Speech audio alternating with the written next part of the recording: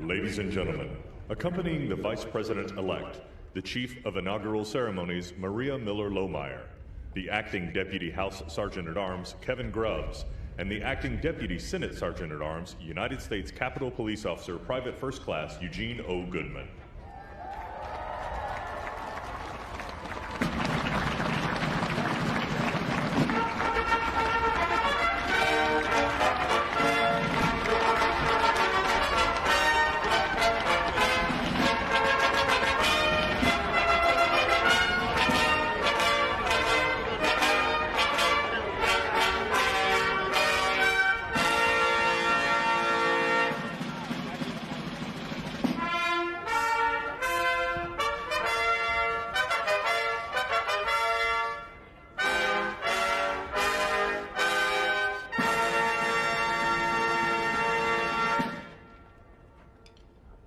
Ladies and gentlemen, the Vice President-elect of the United States, Kamala Devi Harris, and Mr. Douglas Emhoff.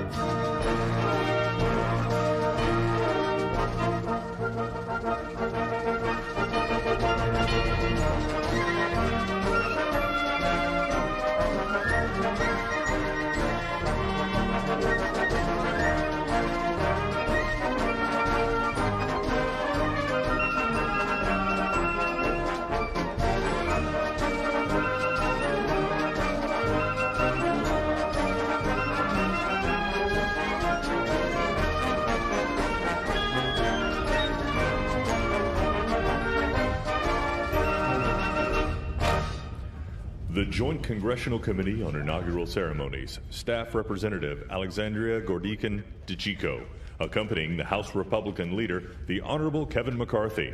Staff Representative Bridget Brennan, accompanying House Majority Leader, the Honorable Steny Hoyer and Mrs. Yvette Lewis. Staff Representative Kate Knudsen, accompanying Speaker of the House of Representatives, the Honorable Nancy Pelosi and Mr. Paul Pelosi. Staff Representative Lindsey Kerr, accompanying the Honorable Amy Klobuchar and Mr. John Bessler. Staff Representative Stephanie Hager-Mucko, accompanying Senate Majority Leader, the Honorable Mitch McConnell and the Honorable Elaine L. Chao. And Staff Representative Rochelle Graves Schroeder, accompanying the Chairman of the Joint Congressional Committee on Inaugural Ceremonies,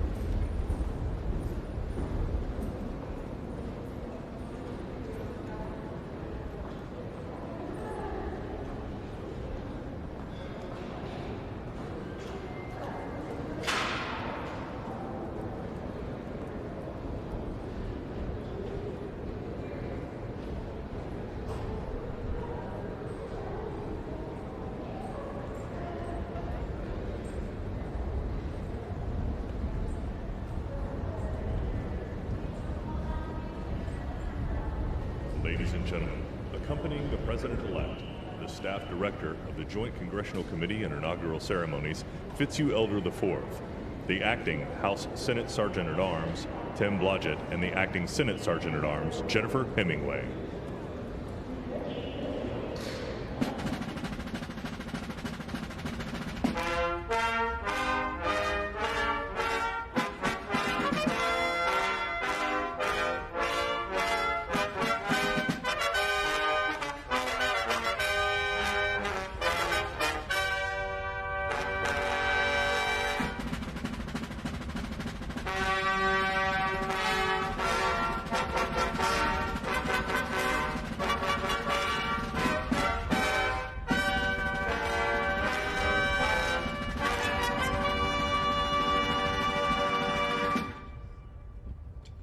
Ladies and gentlemen, the President-elect of the United States, Joseph Robinette Biden Jr., and Dr. Jill Biden.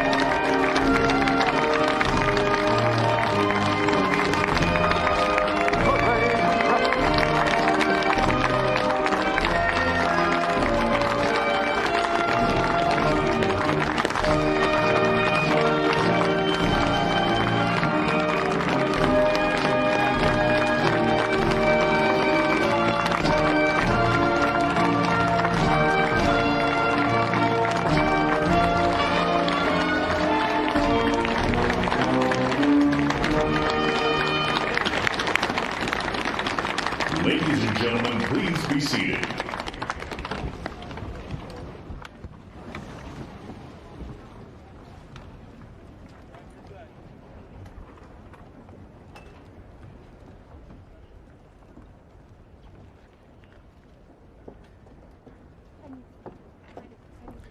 Please welcome the Honorable Amy Klobuchar.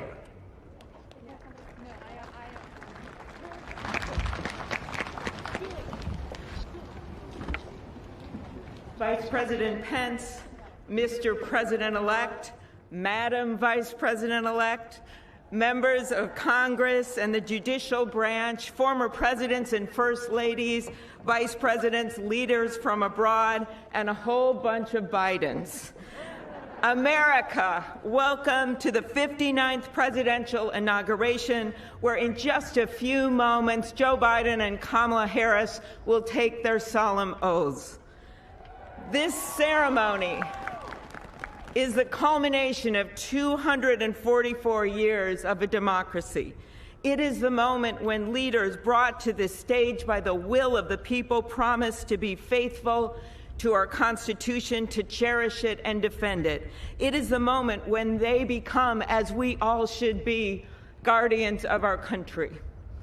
Have we become too jaded, too accustomed to the ritual of the passing of the torch of democracy to truly appreciate what a blessing and a privilege it is to witness this moment? I think not. 2 weeks ago, when an angry, violent mob staged an insurrection and desecrated this temple of our democracy, it awakened us to our responsibilities as Americans. This is the day when our democracy picks itself up, brushes off the dust, and does what America always does: goes forward as a nation under God, indivisible, with liberty and justice for all.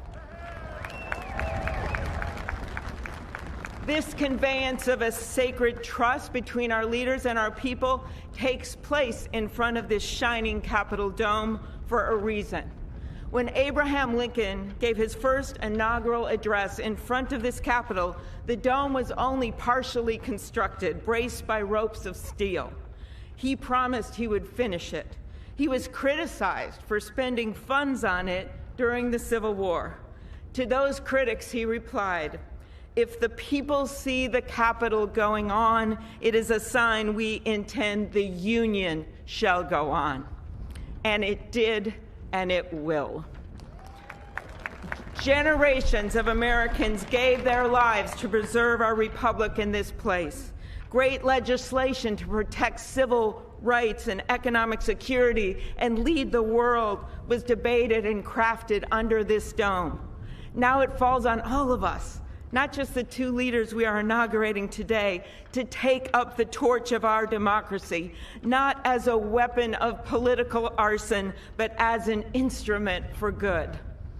We pledge today never to take our democracy for granted as we celebrate its remarkable strength. We celebrate its resilience, its grit. We celebrate the ordinary people doing extraordinary things for our nation, the doctors and nurses on the front line of this pandemic, the officers in the Capitol, a new generation never giving up hope for justice. We celebrate a new president, Joe Biden, who vows to restore the soul of America and cross the river of our divides to a higher plane. And we celebrate our first African American, first Asian American, and first woman vice president, Kamala Harris, who stands on the shoulders of so many on this platform who have forged the way to this day. When she takes the oath of office, little girls and boys across the world will know that anything and everything is possible.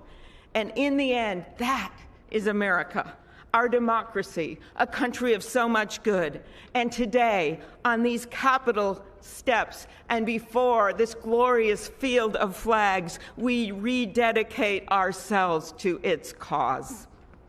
Thank you.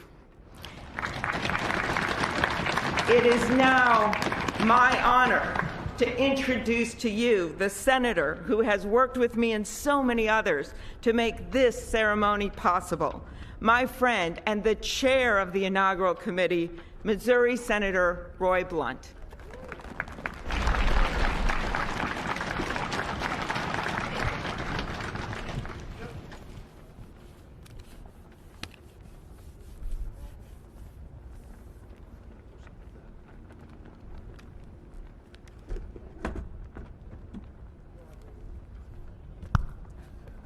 Well, I should have known when Senator Klobuchar got involved, at least there'd be a touch of snow up here this morning.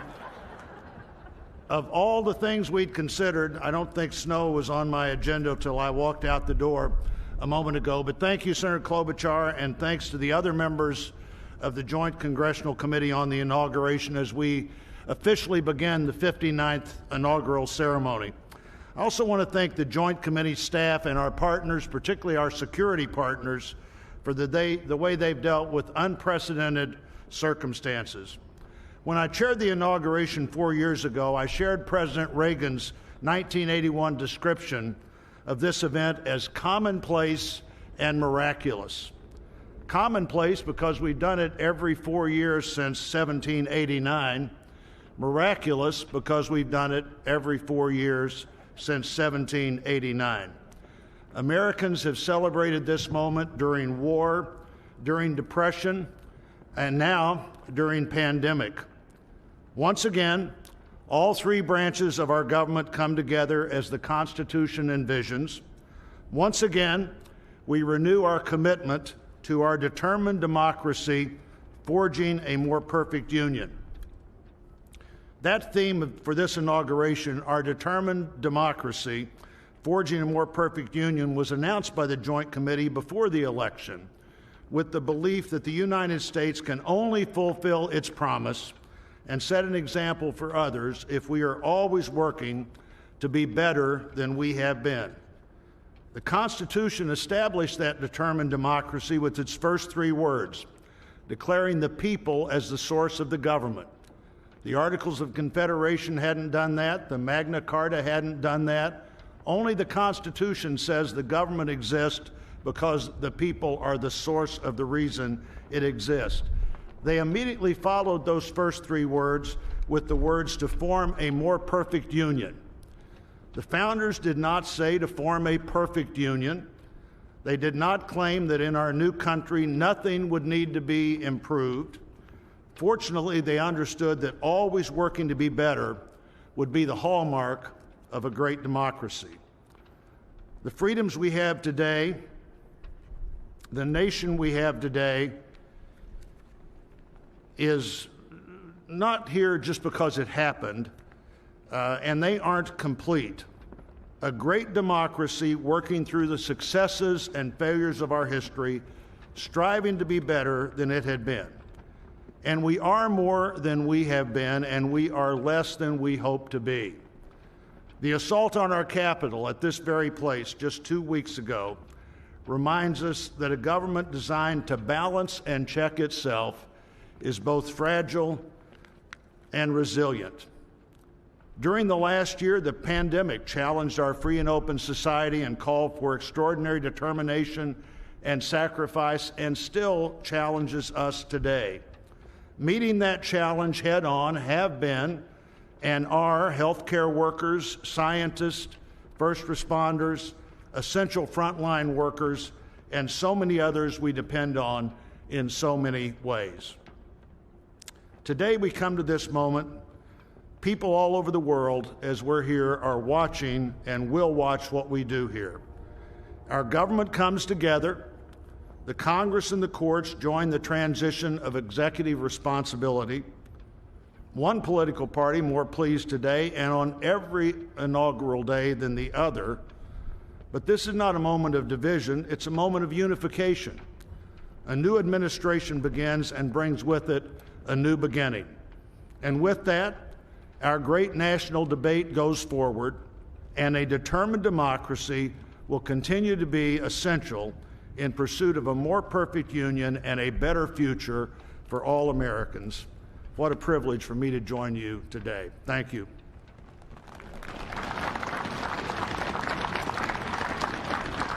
I'm pleased to call to the podium a longtime friend of the President-elect and his family, Father Leo O'Donovan, to lead us in an invocation. Please stand if you are able and remain standing for the national anthem and the pledge to our flag.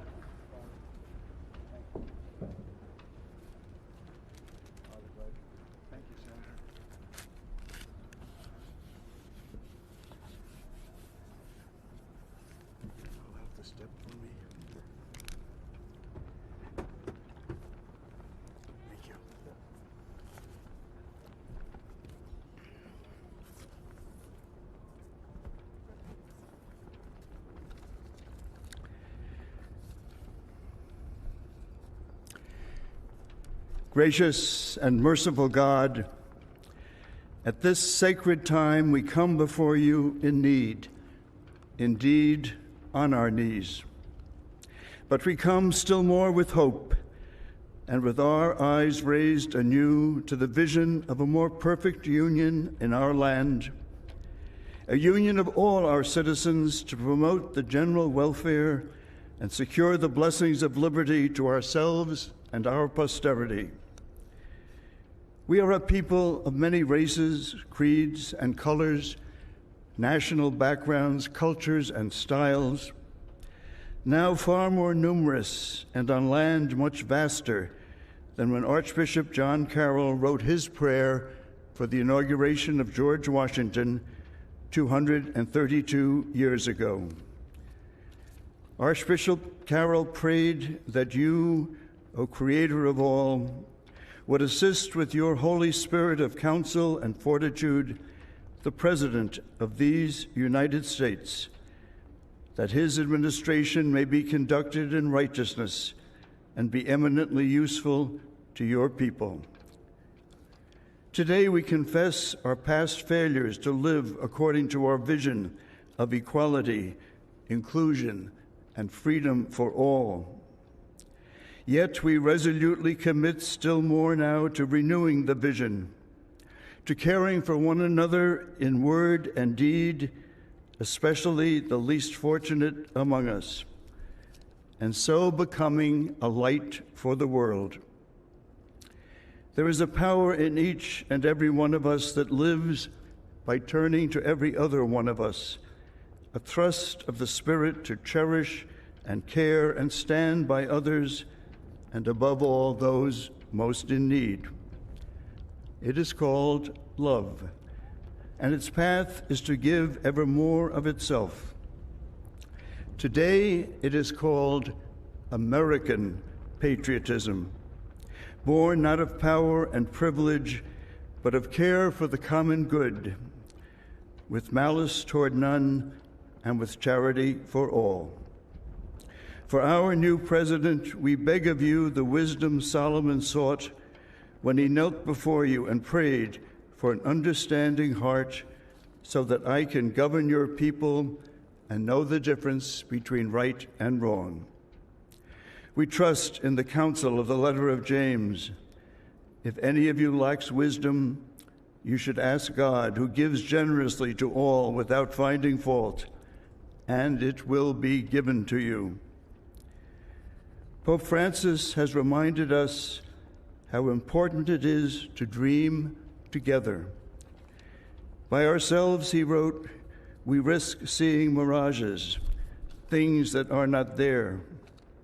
Dreams, on the other hand, are built together. Be with us, holy mystery of love, as we dream together. Help us under our new president to reconcile the people of our land, restore our dream and invest it with peace and justice and the joy that is the overflow of love. To the glory of your name, forever, amen.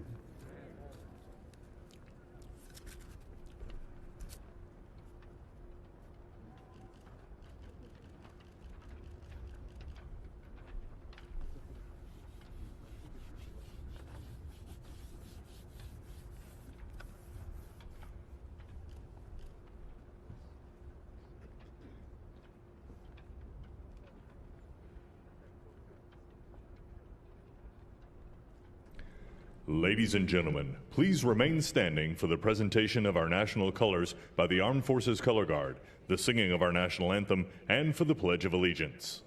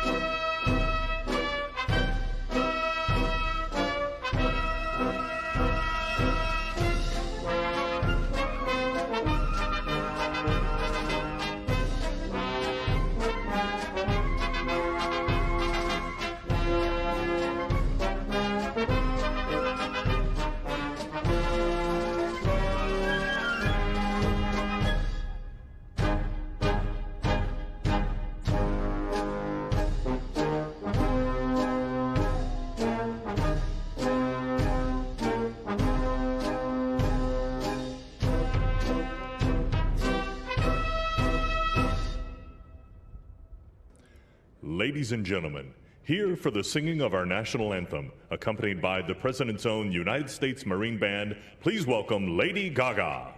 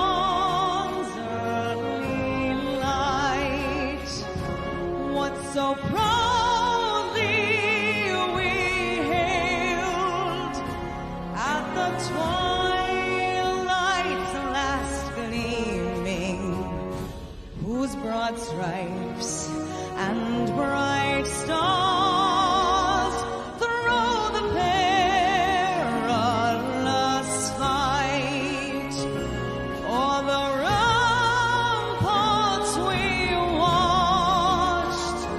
were so gallantly streaming, and the rocket's red glare, the bomb bursting in air, gave proof through the night that our flag was still there.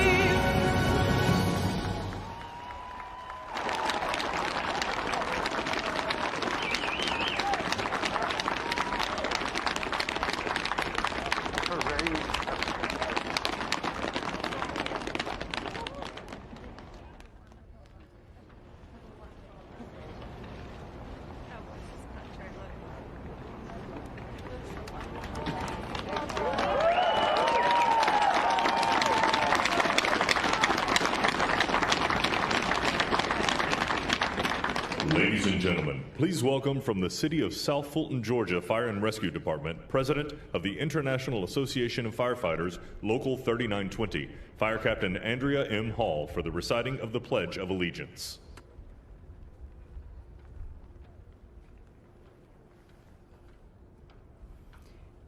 I pledge allegiance to the flag of the United States of America and to the republic for which it stands, one nation, under God, indivisible, with liberty and justice for all.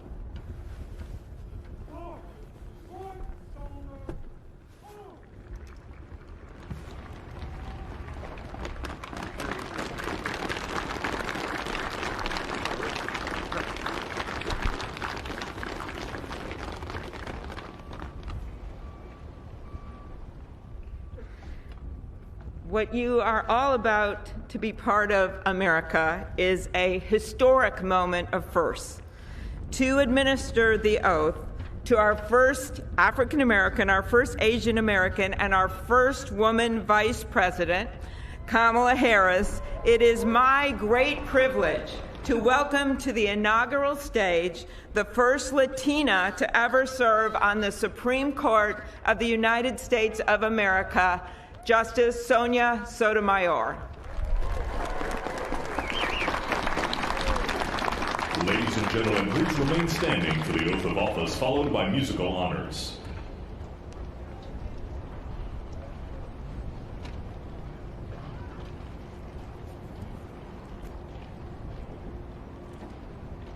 Please raise your right hand and repeat after me. I, Kamala Davy Harris, do solemnly swear. I, Kamala Davy Harris, do solemnly swear. That I will support and defend the Constitution of the United States. That I will support and defend the Constitution of the United States. Against all enemies, foreign and domestic. Against all enemies, foreign and domestic. That I will bear true faith and allegiance to the same. That I will bear true faith and allegiance to the same. That I take this obligation freely. That I take this obligation freely. Without any mental reservation or purpose of evasion. Without any mental reservation or purpose of evasion. That I will well and faithfully discharge. That I will well and faithfully discharge. The duties of the office on which I am about to enter. The duties of the office upon which I am about to enter. So help me God. So help me God.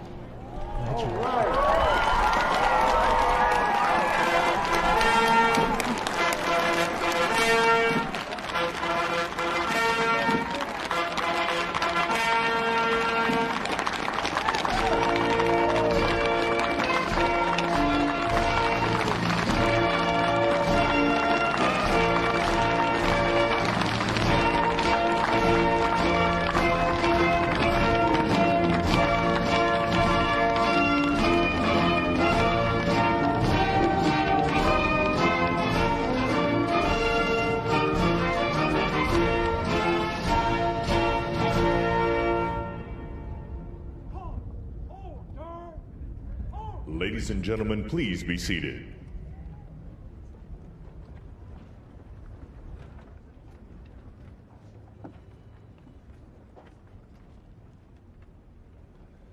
Please welcome Jennifer Lopez to perform This Land Is Your Land and America the Beautiful, accompanied by members of the President's own United States Marine Band.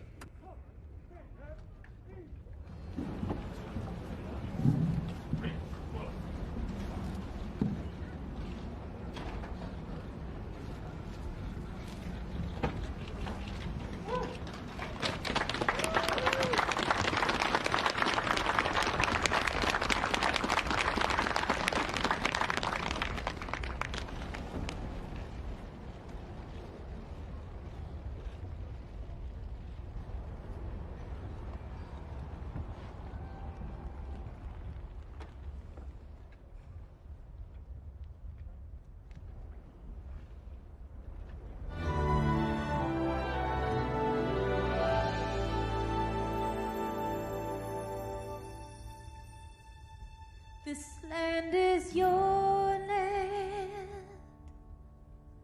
This land is my land. From California to the New York Islands, from the Redwood Forest to the Gulf Stream waters. This land was made for you and me. As I went walking down that ribbon of highway, I saw above me that endless skyway. I saw below me that golden valley. This land was made for you and me. Oh, this land, oh, this land. This land was made for you and me. Oh, this land.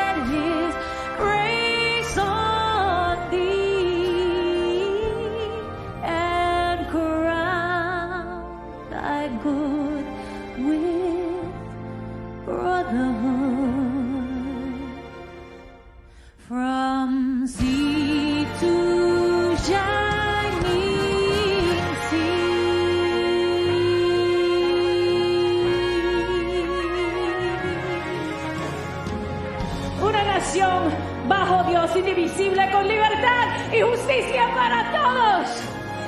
Let's get loud.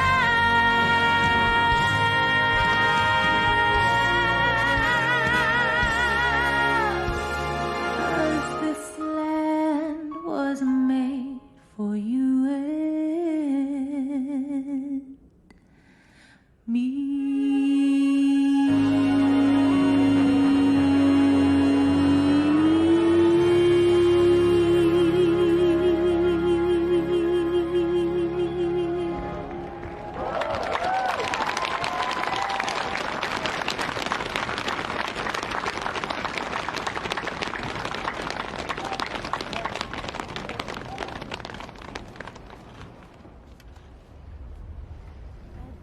Well, that was great. The sun is shining, and Mr. President-elect, this is the first inauguration in the history of America where J-Lo was the warm-up act for Chief Justice Roberts.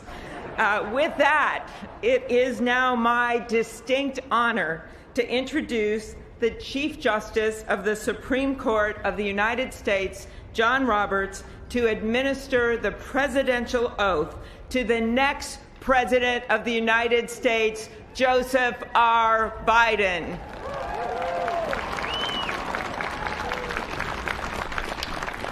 Ladies and gentlemen, please stand for the oath of office, followed by musical honors.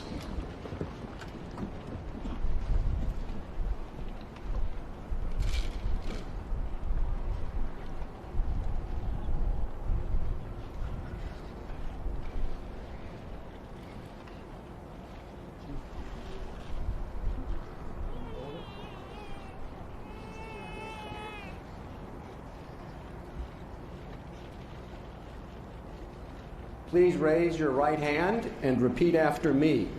I, Joseph Robinette Biden Jr., do solemnly swear I, Joseph Robinette Biden Jr., do solemnly swear that I will faithfully execute the office of President of the United States office of President of the United States and will, to the best of my ability,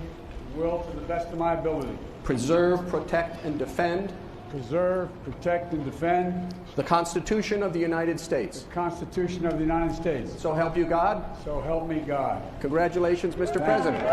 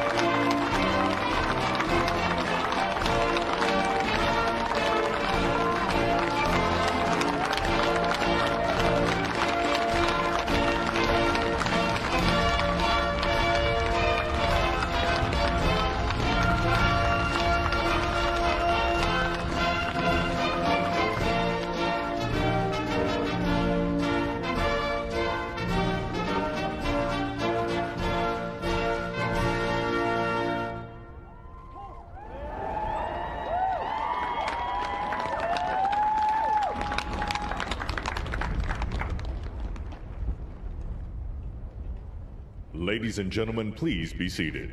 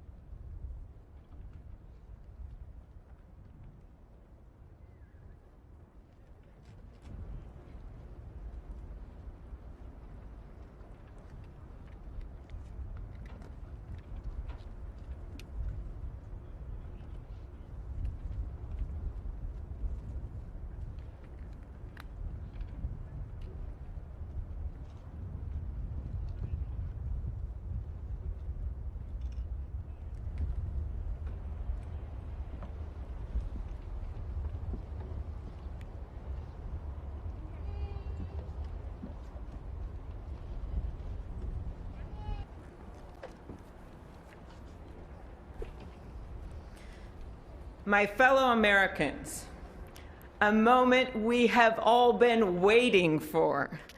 It is now my great privilege and high honor to be the first person to officially introduce the 46th President of the United States, Joseph R. Biden, Jr.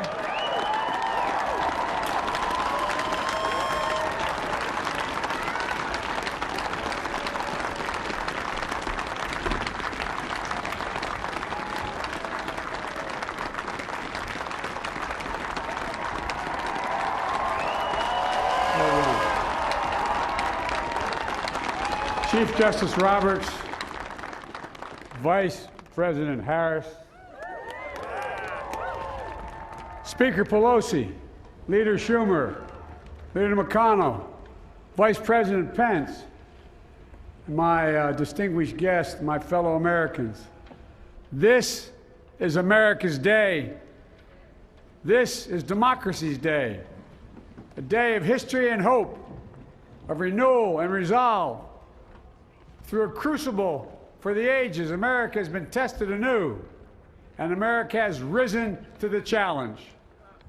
Today, we celebrate the triumph not of a candidate, but of a cause, the cause of democracy. The people, the will of the people has been heard, and the will of the people has been heeded. We've learned again that democracy is precious. Democracy is fragile. And at this hour, my friends, democracy has prevailed.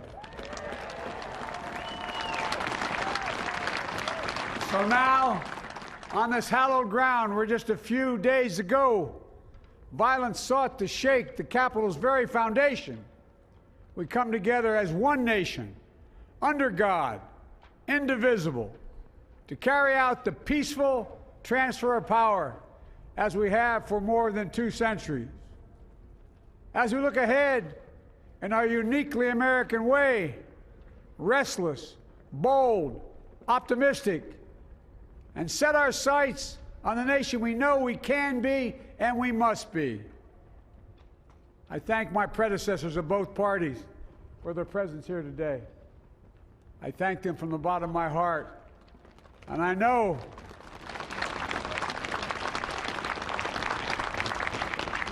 the resilience of our Constitution and the strength of our nation, as does President Carter, who I spoke with last night, who cannot be with us today, but whom we salute for his lifetime in service. I've just taken the sacred oath each of those patriots have taken, the oath first sworn by George Washington. But the American story depends not on any one of us, not on some of us, but on all of us, on we, the people, who seek a more perfect union. This is a great nation. We are good people. And over the centuries, through storm and strife, in peace and in war, we've come so far. But we still have far to go. We'll press forward with speed and urgency, for we have much to do in this winter of peril and significant possibilities. Much to repair, much to restore, much to heal, much to build, and much to gain. Few people in our nation's history have been more challenged or found a time more challenging or difficult than the time we're in now. Once-in-a-century virus that silently stalks the country has taken as many lives in 1 year as America lost in all of World War II. Millions of jobs have been lost. Hundreds of thousands of businesses closed. A cry for racial justice, some 400 years in the making, moves us. The dream of justice for all will be deferred no longer. A cry for survival comes from the planet itself, a cry that can't be any more desperate or any more clear. And now, a rise of political extremism, white supremacy, domestic terrorism that we must confront and we will defeat. To overcome these challenges, to restore the soul and secure the future of America, requires so much more than words. It requires the most elusive of all things in a democracy: unity. Unity. In another January, on New Year's Day in 1863, Abraham Lincoln signed the Emancipation Proclamation. When he put pen to paper, the president said, and I quote, "If my name ever goes down into history, it'll be for this act, and my whole soul is in it." My whole soul is in it.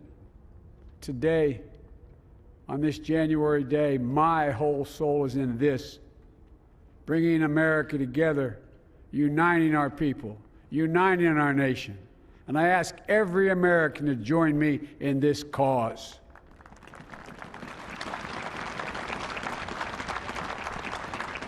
Uniting to fight the foes we face: anger, resentment and hatred, extremism, lawlessness, violence, disease, joblessness, and hopelessness. With unity, we can do great things, important things. We can right wrongs. We can put people to work in good jobs. We can teach our children in safe schools. We can overcome the deadly virus. We can reward work and rebuild the middle class and make health care secure for all. We can deliver racial justice, and we can make America once again the leading force for good in the world. I know speaking of unity can sound to some like a foolish fantasy these days. I know the forces that divide us are deep and they are real. But I also know they are not new.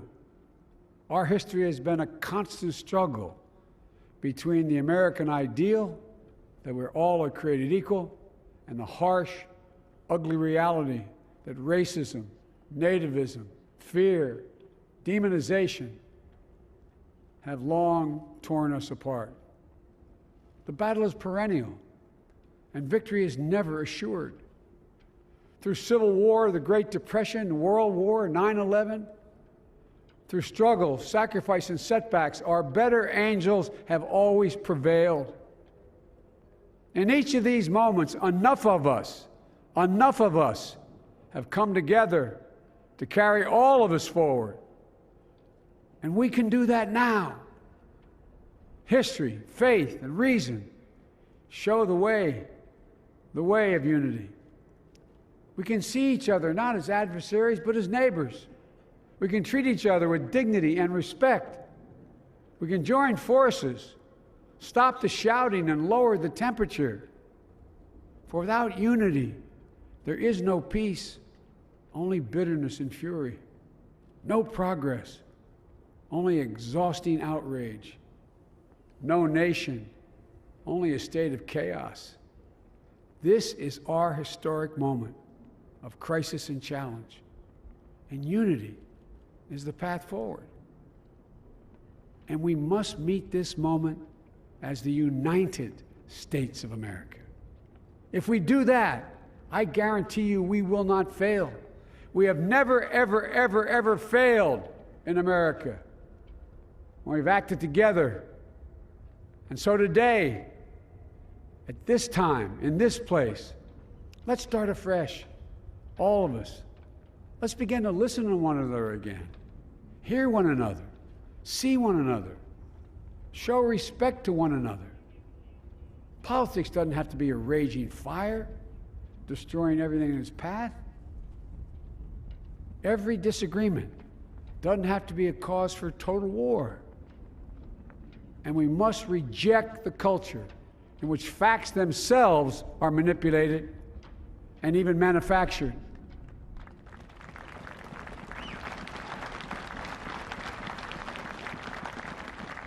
My fellow Americans, we have to be different than this.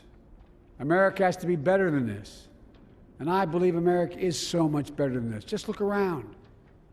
Here we stand in the shadow of the Capitol Dome, as was mentioned earlier, completed amid the Civil War, when the Union itself was literally hanging in the balance. Yet we endured. We prevailed.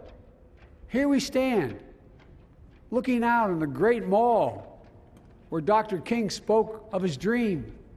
Here we stand where 108 years ago, at another inaugural, thousands of protesters tried to block brave women marching for the right to vote.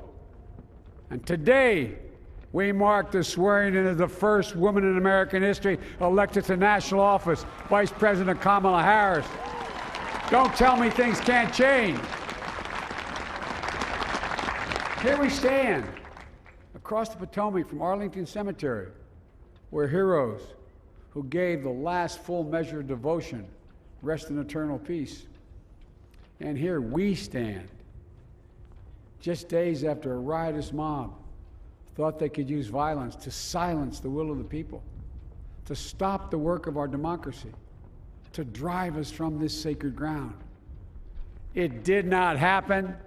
It will never happen. Not today, not tomorrow, not ever. Not ever.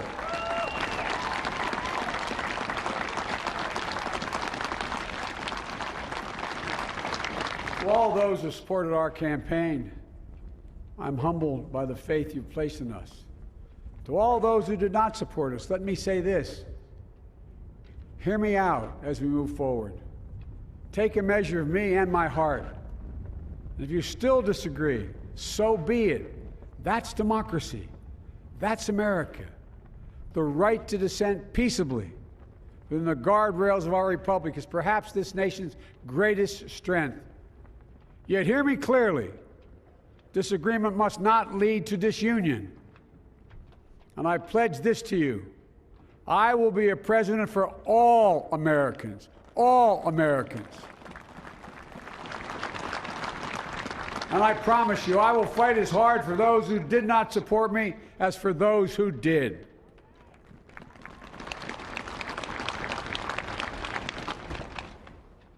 Many centuries ago, St. Augustine, a saint of my church, wrote that a people was a multitude defined by the common objects of their love.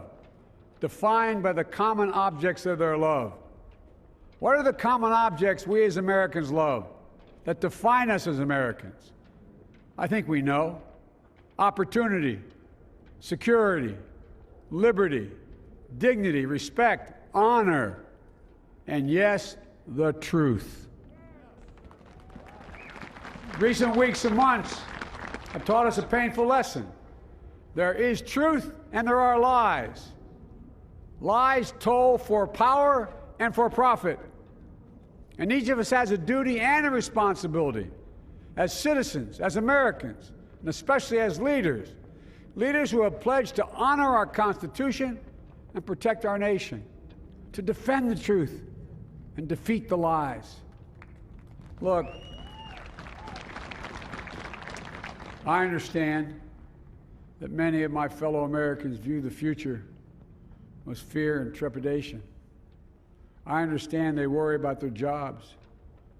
I understand, like my dad, they lay at bed at night, staring at the ceiling, wondering, can I keep my health care? Can I pay my mortgage? Thinking about their families, about what comes next. I promise you, I get it. But the answer is not to turn inward, to retreat into competing factions, distrusting those who don't look like you, or worship the way you do, or don't get their news from the same sources you do.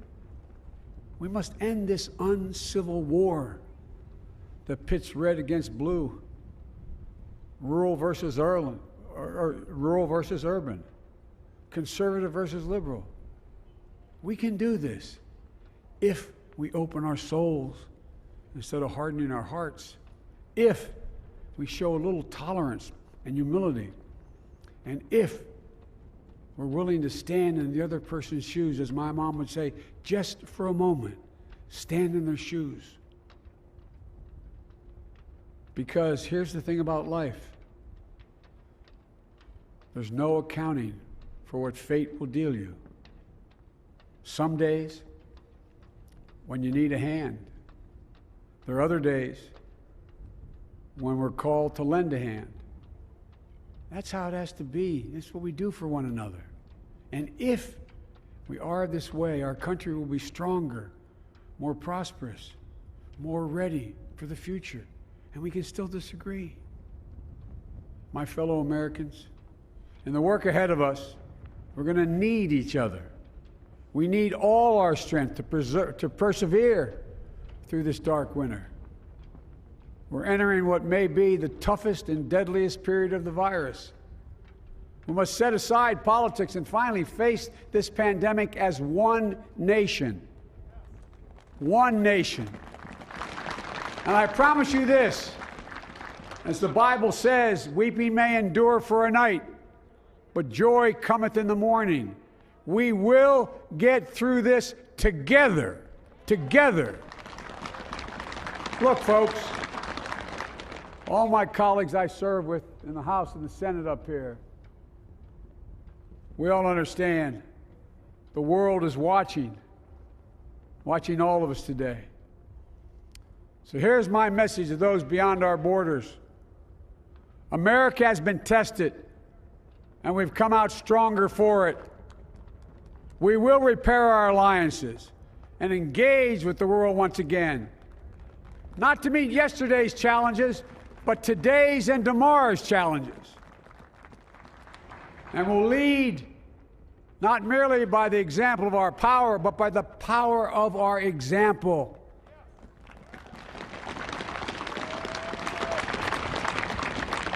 We'll be a strong and trusted partner for peace, progress, and security. Look, you all know we've been through so much in this nation. And my first act as president, I'd like to ask you to join me in a moment of silent prayer. Remember all those who we lost in this past year to the pandemic. Those 400,000 fellow Americans, moms, dads, husbands, wives, sons, daughters, friends, neighbors, and co-workers. We'll honor them by becoming the people and the nation we know we can and should be. So I ask you, let's say a silent prayer for those who've lost their lives and those left behind, and for our country.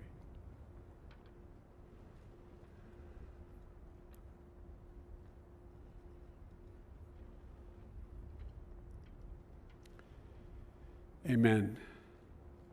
Folks, this is a time of testing.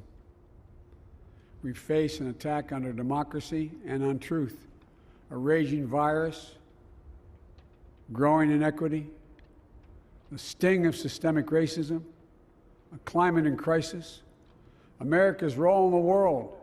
Any one of these would be enough to challenge us in profound ways. But the fact is, we face them all at once, presenting this nation with one of the gravest responsibilities we've had. Now we're going to be tested. Are we going to step up, all of us? It's time for boldness, for there is so much to do. And this is certain.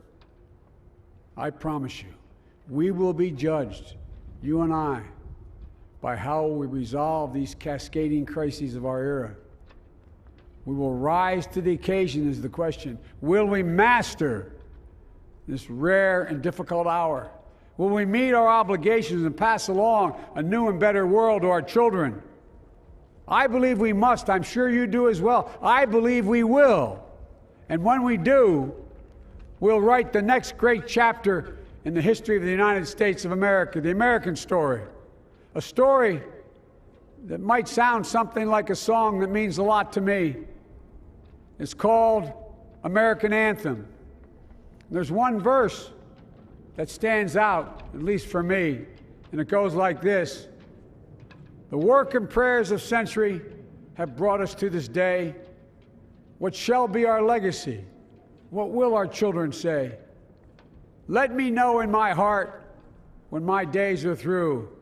America, America, I gave my best to you. Let's us add our own work and prayers to the unfolding story of our great nation.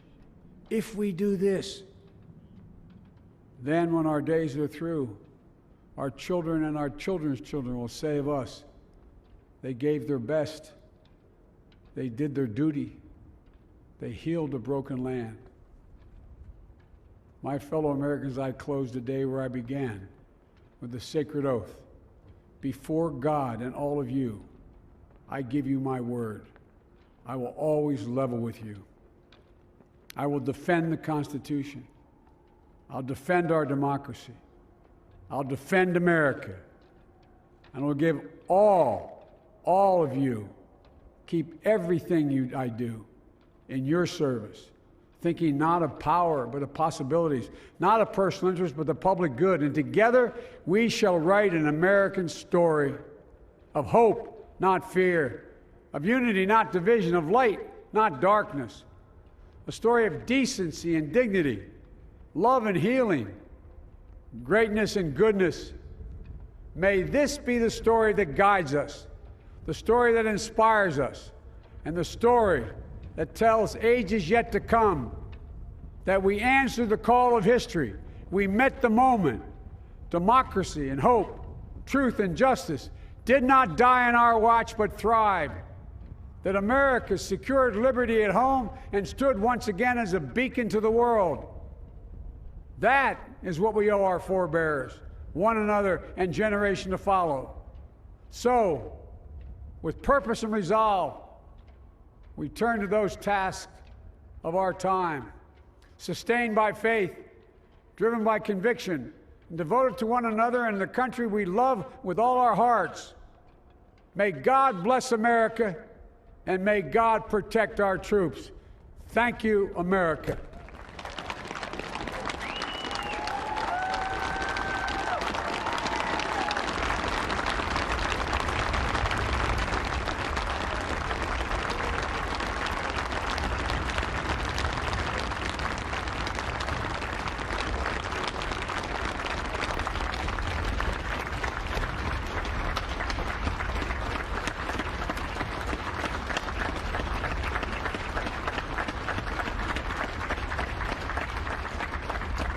Ladies and gentlemen, please be seated.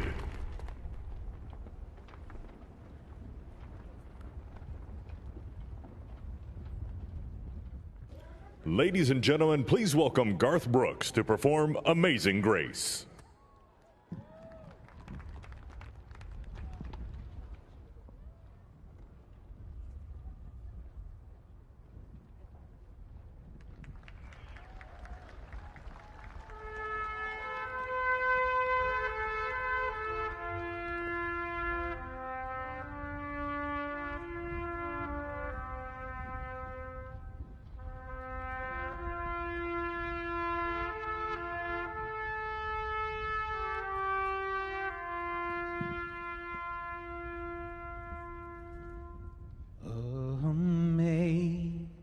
Amazing grace, how sweet the sound that saved a wretch like me. I was lost, but now I'm found. Was blind, but now I see.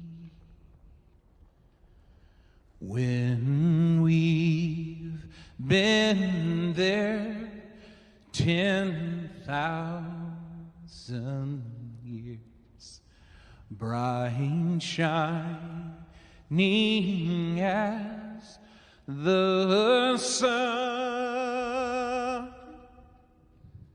we've no less days to sing God's praise than when we first begun. If I can ask you to sing this last verse with me, not just the people here, but the people at home, at work, as one. united. Amazing grace, how sweet the sound that saved a wretch like me. I once was lost, but now I'm found. Was blind, but now I see.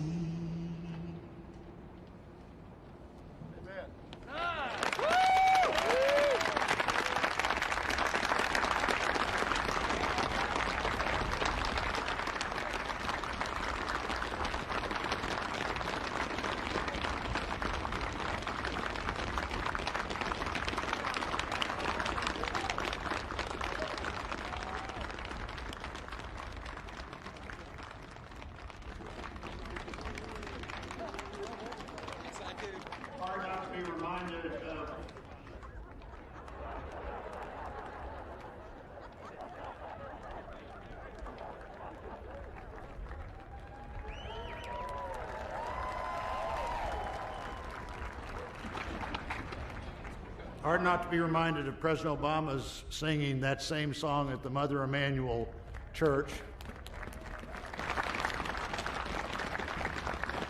A song that in our culture is as close to both poetry and prayer as you could possibly come. And we're going to finish with those two things. Let me introduce Amanda Gorman, our nation's first ever National Poet Laureate.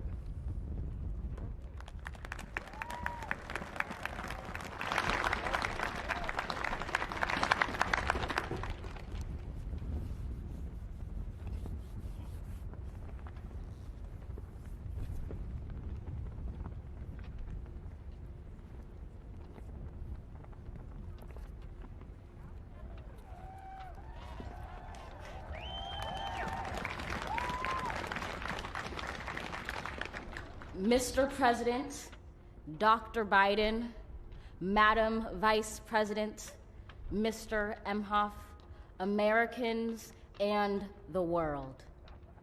When day comes, we ask ourselves, where can we find light in this never-ending shade? The loss we carry, a sea we must wade. We've braved the belly of the beast. We've learned that quiet isn't always peace, and the norms and notions of what just isn't always just is. And yet the dawn is ours before we knew it. Somehow we do it. Somehow we've weathered and witnessed a nation that isn't broken, but simply unfinished. We, the successors of a country and a time where a skinny black girl descended from slaves and raised by a single mother can dream of becoming president, only to find herself reciting for one. And yes, we are far from polished, far from pristine, but that doesn't mean we are striving to form a union that is perfect. We are striving to forge our union with purpose, to compose a country committed to all cultures, colors, characters, and conditions of man. And so we lift our gazes not to what stands between us, but what stands before us. We close the divide because we know to put our future first, we must first put our differences aside. We lay down our arms so we can reach out our arms to one another. We seek harm to none and harmony for all. Let the globe, if nothing else, say this is true. That even as we grieved, we grew, that even as we hurt, we hoped, that even as we tired, we tried, that we'll forever be tied together, victorious, not because we will never again know defeat, but because we will never again sow division. Scripture tells us to envision that everyone shall sit under their own vine and fig tree, and no one shall make them afraid. If we're to live up to our own time, then victory won't lie in the blade, but in all the bridges we've made. That is the promised glade, the hill we climb, if only we dare it, because being American is more than a pride we inherit. It's the past we step into and how we repair it. We've seen a force that would shatter our nation rather than share it, would destroy our country if it meant delaying democracy. And this effort very nearly succeeded.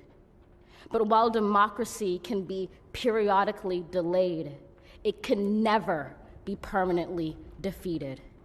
In this truth, in this faith we trust, for while we have our eyes on the future, history has its eyes on us. This is the era of just redemption. We feared it at its inception. We did not feel prepared to be the heirs of such a terrifying hour, but within it we found the power to author a new chapter, to offer hope and laughter to ourselves. So, while once we asked, how could we possibly prevail over catastrophe?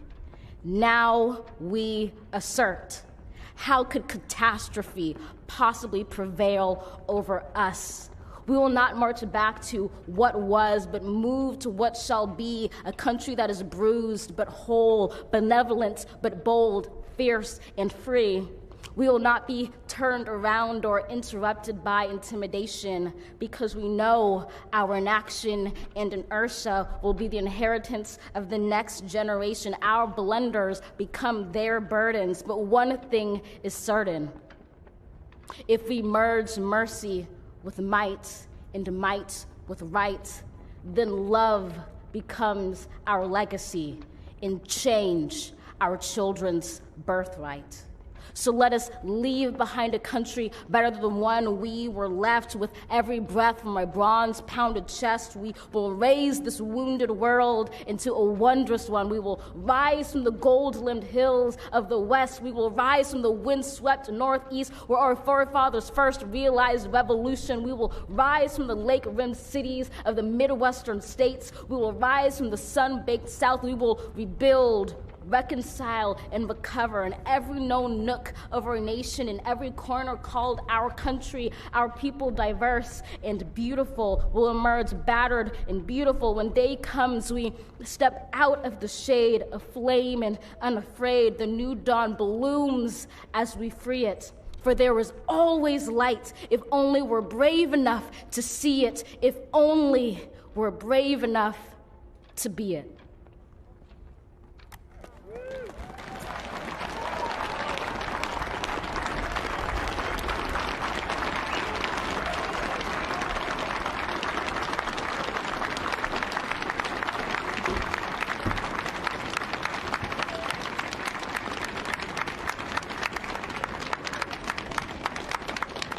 Thank you, Amanda Gorman. Now for our benediction, I'm pleased to introduce Reverend Dr. Sylvester Beeman, the pastor of the Bethel African Methodist Episcopal Church in Wilmington, Delaware, a friend of President Biden for 30 years.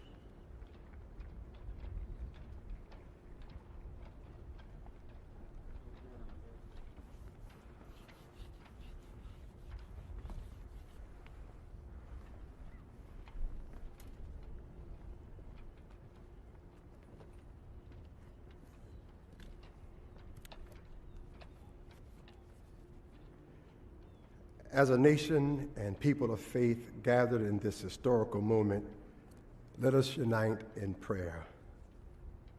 God, we gather under the beauty of your holiness and the holiness of your beauty.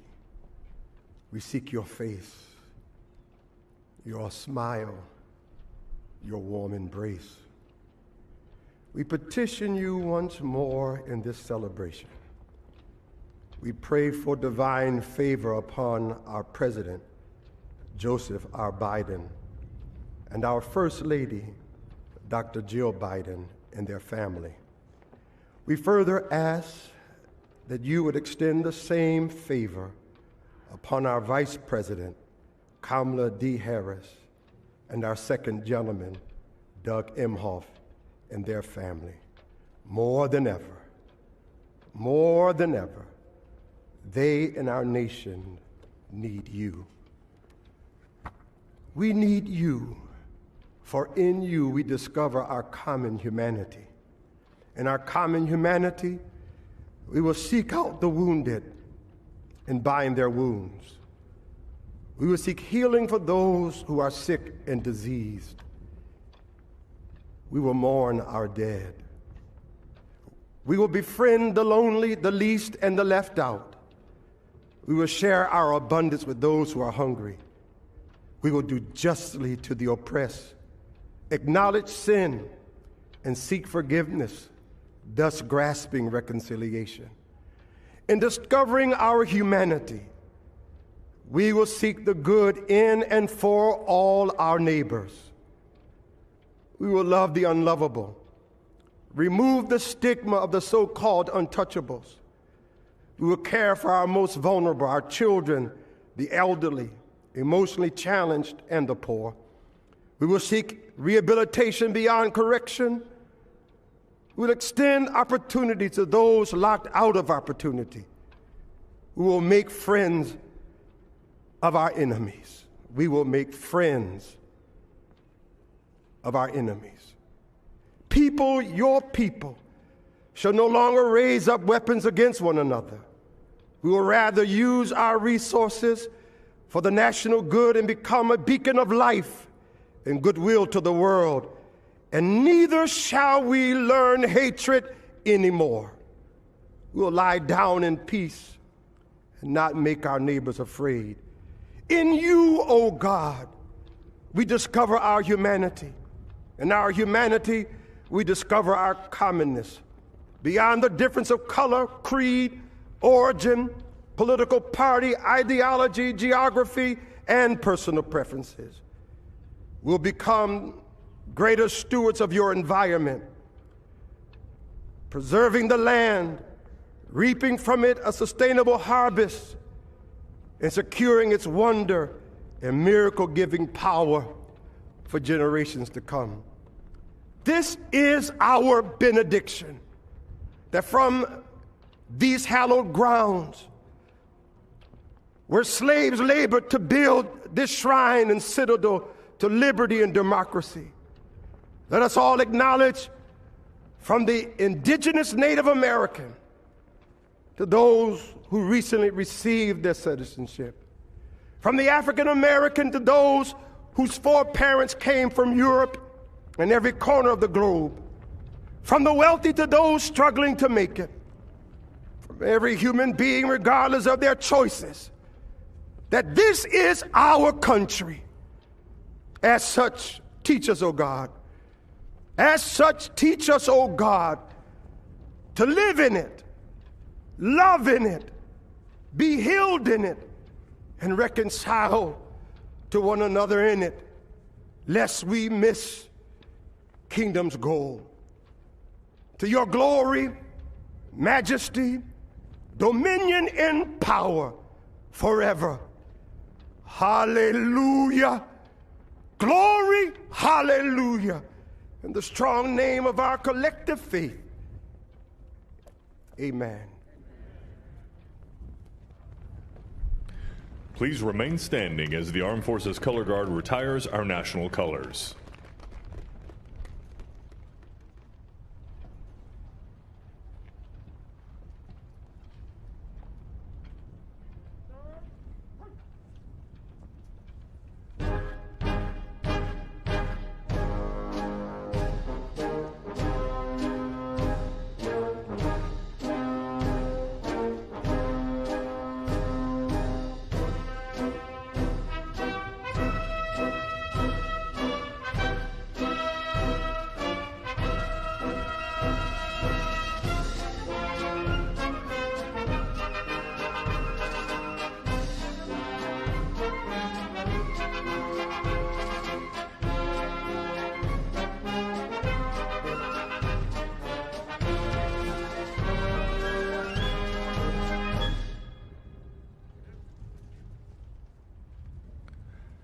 Ladies and gentlemen, please be seated and remain in your seats while the President and official party depart the platform.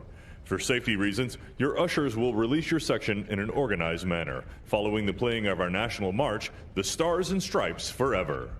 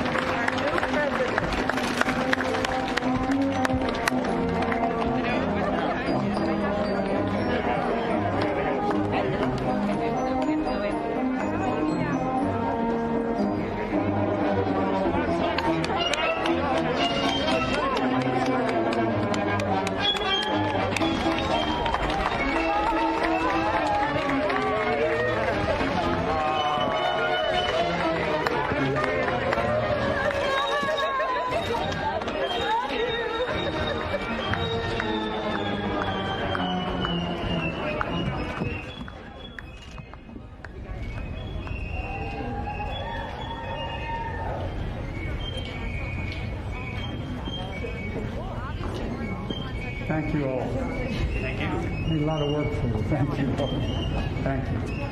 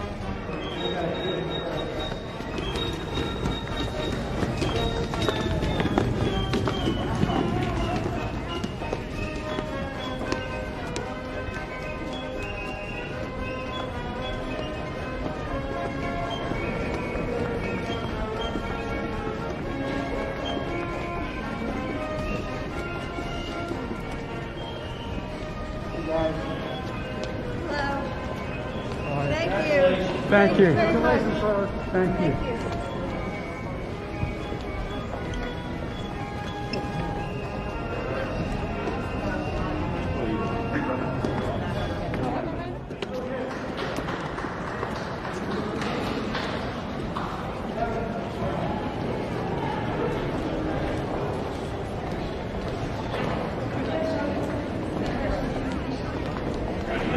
Thank you all. Thank you very much. Thank you.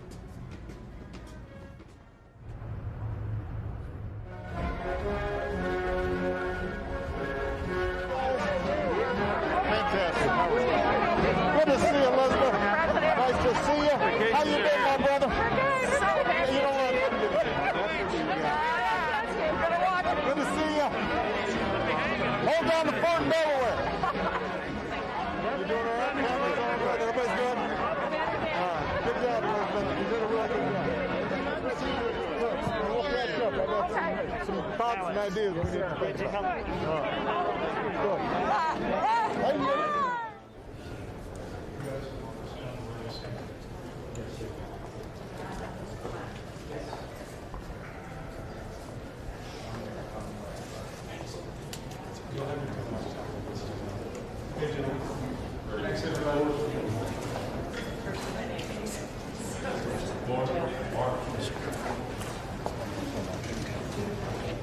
Watch your back, watch your back.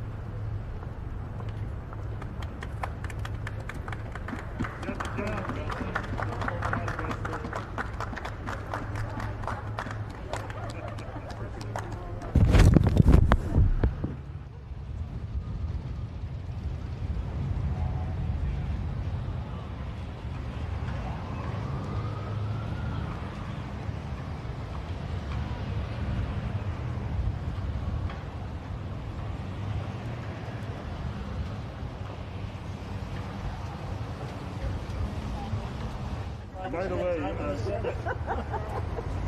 least more than the last year. so Robert Altman said to say hello, and my pal Linda, we phoned them yesterday. They said Get the keys. Okay. All right. Congratulations. Congratulations. Well done. Almost finished.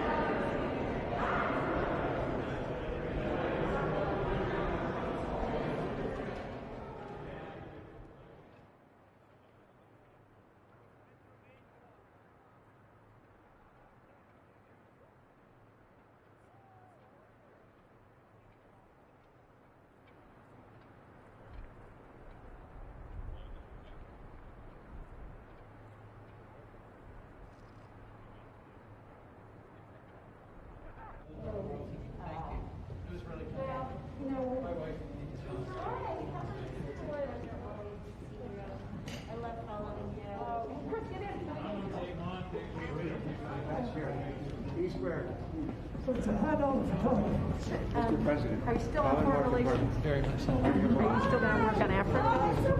It is.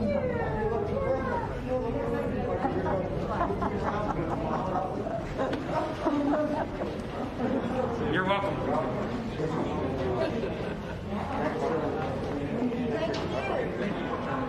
To work with me. How you doing? Hanging in there? Yeah. Proud of you. Going. In the administration, I'm still working, so. Still working on that. Yeah.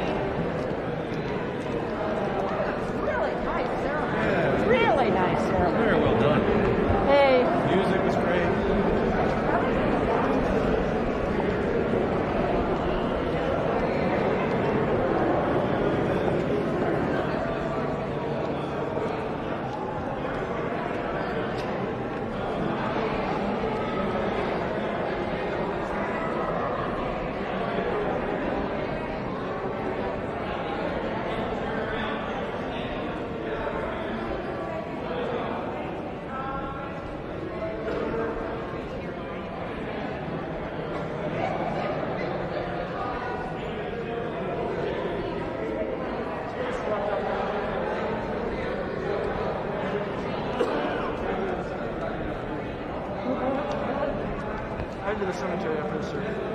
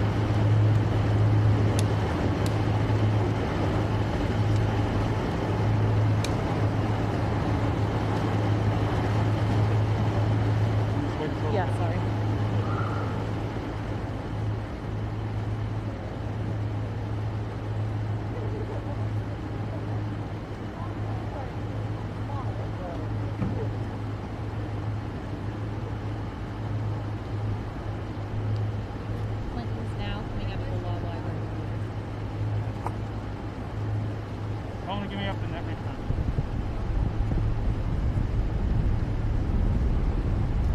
Might as well listen out.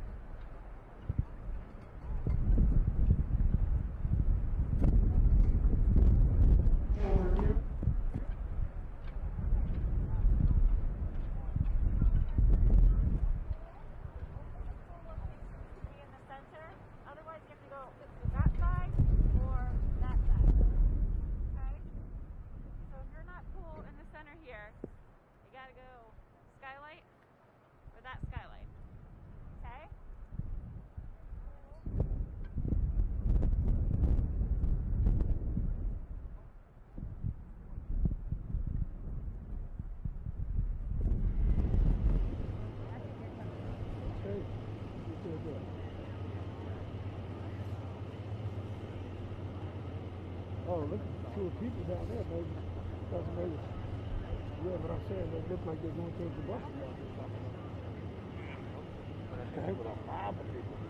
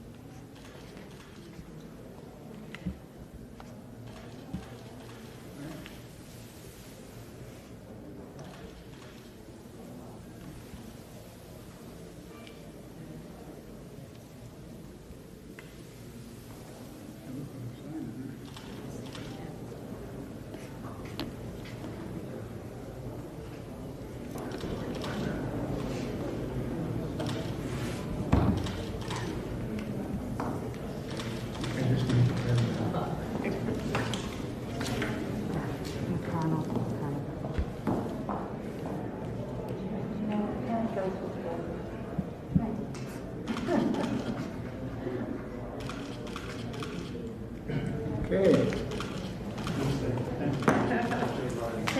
Thank you. Thank you.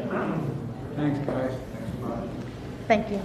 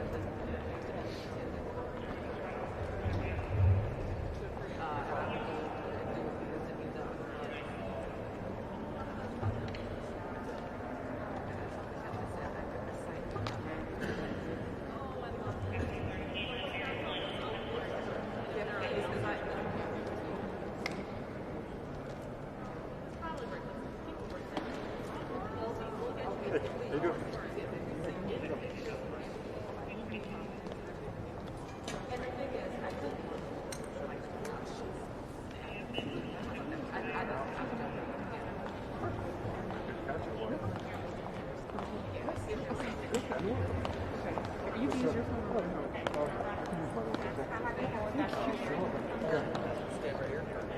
Over here. I'm sorry. This is your office.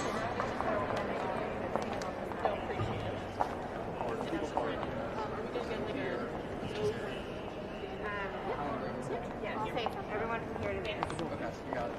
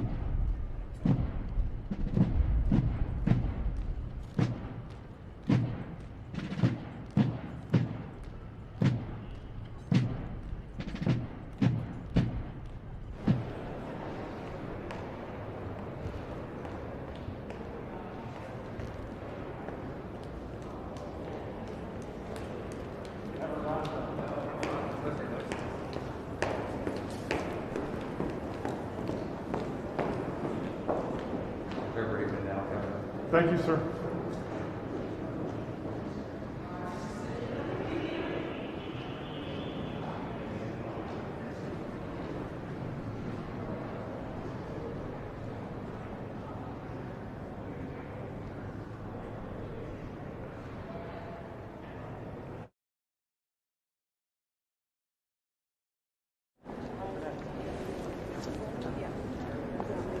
Will you? family would never make a step. Yeah, Okay, put it closer over here. Okay.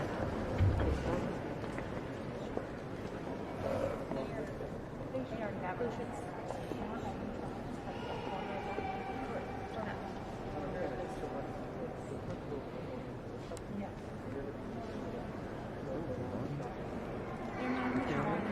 never be the shop.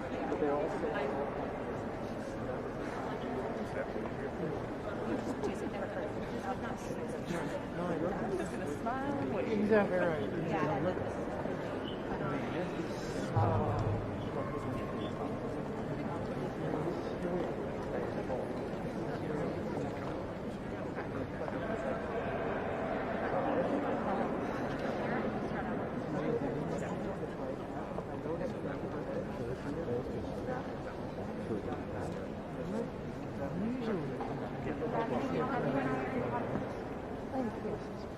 Gosh, you can't see it. Yeah, but you didn't need that eye, did you?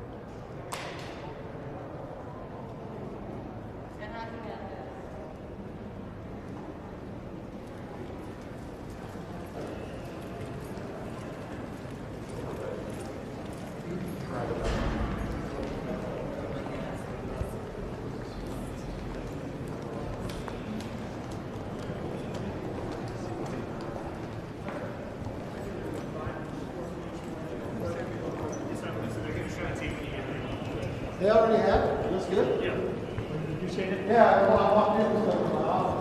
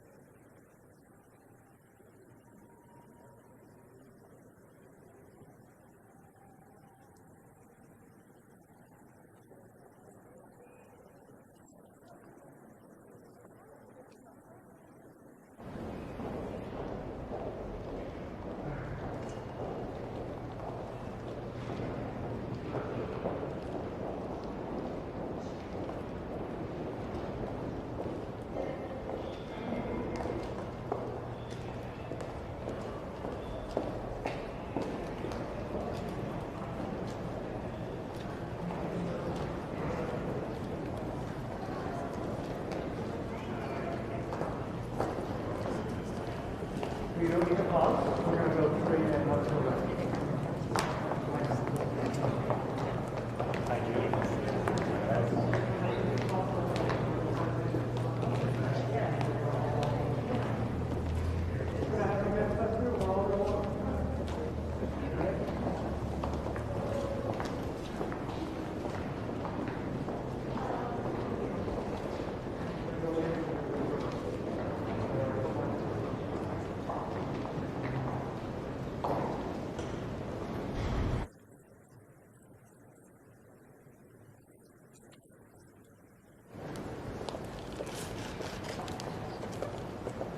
I think that's probably right. Well, President Biden and the First Lady and the Vice President and the Second Gentleman, normally at this time we have a lunch, and probably no person alive has attended more of those lunches than President Biden has. It's an important moment where it's bipartisan. It's the time to bond between the executive and the legislative branch of the government. We probably don't need as much bonding because we already have that natural bonding with you and the traditions here. By those traditions, usually there's a painting at the front of that event that the chairman picks. This time, not knowing we were going to have an event until what we were going to do about an event until late, I asked Dr. Biden to help picked the painting, and this is the one that she recommended. The painting is landscape with rainbow. Rainbow, always a good sign. It's loaned to us for today from the Smithsonian American Art Museum. The artist, Dr. Robert Sheldon Duncanson, he was the best-known African-American painter in the years surrounding the Civil War. He was based in Cincinnati, encouraged by abolitionists who, among other things, sponsored a trip for him to do some study in Europe. This is a painting that he painted in 1859, and I think maybe it's sort of the classic America as a paradise painting that a lot of painters were doing then. But for him, a black artist painting this painting that's so much like an American utopia on the verge of a war that we would fight over slavery, makes all of that, I think, even more interesting in that while he faced lots of challenges, obviously was optimistic even in 1859 about America. And so, Dr. Biden, thanks for helping select this painting, and glad to have all four of you here as we move on to my good friend Senator Klobuchar. I like the rainbow. The rainbow is always a good sign. Let's hope so. Thank you. All right. Thank you.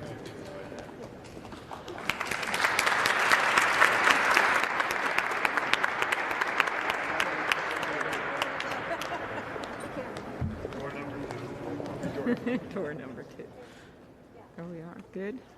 Mr. President, First Lady, Madam Vice President, and our very first second gentleman, on behalf of the American people, it is our honor to present these custom-made crystal vases commemorating your historic inauguration. Lennox, which you know is a great company, American company, has handcrafted these gifts for the past 9 presidential inaugurations. It is a good thing I don't have to hand them to you personally. They each weigh with the base 32 pounds, but combined 64. But Jill, I know, is very strong and could take them both. Exactly. But the Lennox company is actually based in Bristol, Pennsylvania, which you know, Mr. President, is a mere 132 miles from Scranton, since we know today all roads lead to Scranton. The team at Lennox has worked for months to capture the spirit of this inauguration and your incoming administration. Mr. President, your vase features the White House, and Vice President Harris's features the U.S. Capitol. The gifts represent the hope and the faith the American people have placed in you to move our country forward. Thank you. Thank you. Thank you.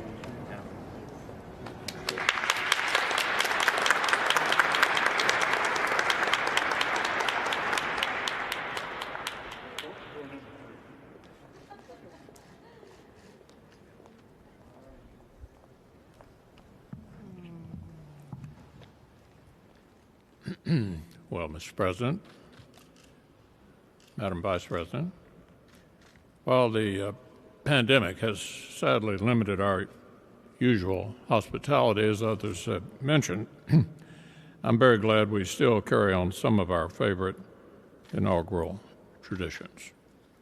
It's my honor and privilege to help present these flags of our nation that were flown over today's event here at the Capitol.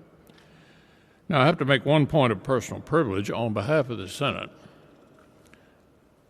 With all due respect to our distinguished Speaker and our colleagues from the House, I have to note, not only did we just swear in a son and daughter of the Senate to these high offices, but indeed both these former senators skipped the House altogether.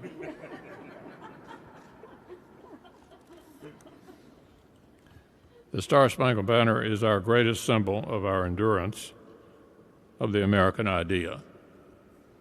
It flies over this building on triumphant days and on tragic ones, over all factions and all parties. And today this flag flew over our former colleague's inauguration as the very first female Vice President of the United States. So to our very distinguished former colleague, Madam Vice President, please accept this flag with the highest compliments and congratulations of the United States Senate.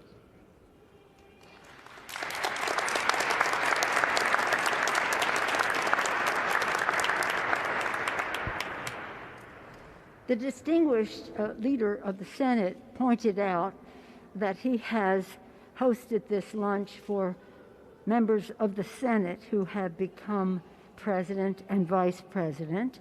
But I have the privilege of giving the flag to the President of the United States, the flag that was flown when you were sworn in, Mr. President. This flag may it reflect all that is said about your inauguration. America united. May it be a symbol of the hope, the healing, and the just all of the enthusiasm that you have for our country. And as we heard the beautiful national anthem, when we're at the stadium and they say, is our flag still there? Then you say, play ball, right there, play ball. So we're going to get ready to play ball. We're ready to go with the inspiration of our flag flying. But again, on behalf of the House of Representatives, it is my privilege to extend to you the flag that was flown the early moment that you were sworn in as President of the United States. Thank you, Mr. President. Thank you, Dr. Biden. Thank you. If we had the lunch, we would have had California wine. Is that not right? Madam Vice President, Mr. Emhoff, congratulations. With liberty and justice for all. Thank you.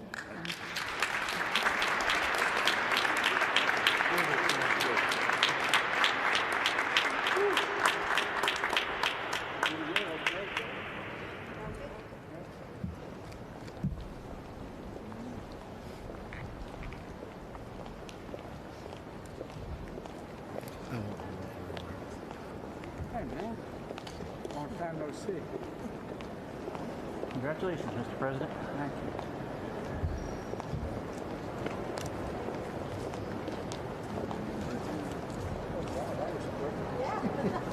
you. Modern technology, right?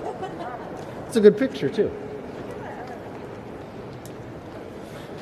Well, President Biden, Vice President Harris, Dr. Biden, and Mr. Imhoff, on behalf of Republicans in Congress, congratulations. Very proud of you both. When President Washington was sworn in as the first president of the United States, only a handful of people saw the ceremony or heard the famous first inaugural address. Today, the inauguration is seen around the nation and indeed around the world. Yet the task facing the nation is no less momentous than it was in Washington's time. I listened to your speech today. You talked among the tension and division. Our task as leaders is to bind this nation's wounds and dedicate ourselves to the values of all Americans share together.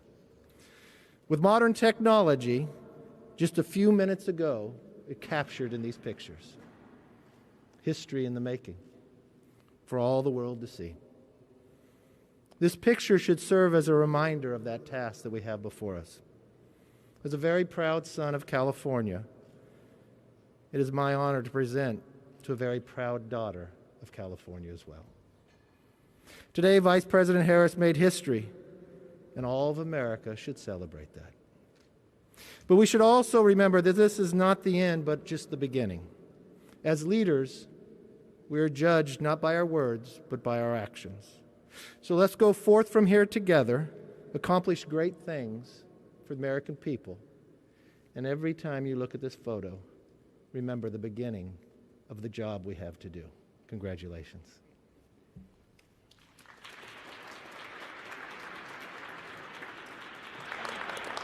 Madam Vice President, Mr. Imhoff, Dr. Biden, Mr. President. No, Joe, you're Mr. President. And we are so proud of that. Dr. Biden, he makes you call him Mr. President? Marriage is about to get rocky, I can tell. On behalf of the Joint Congressional Committee on the Inaugural Ceremonies, I too am proud, more than that, I'm ecstatic to present the two of you this picture. A testament to technology and a testament to history. Mr. President, in your speech you talked about faith. You talked about tribulations, but you talked about victory. The Johnson brothers wrote a great hymn. You know it well, Mr. President. Today we have a new day. And that hymn came out of faith and out of deep trouble into hope. And they said, facing the rising sun of our new day begun, let us march on till victory's won. That's what your speech was about. And that's why we are so proud and ready to march with you, President Biden. God bless.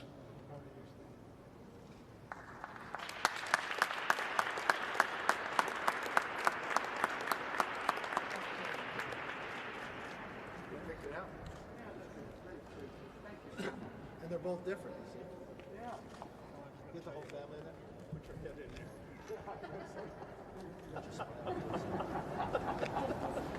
Oh, God. Well, thanks. President. Thank you. What do we need? I don't know what this must be. Nice. Yes, yes, no. Thank you. You bet. Thank you, everyone. Thanks.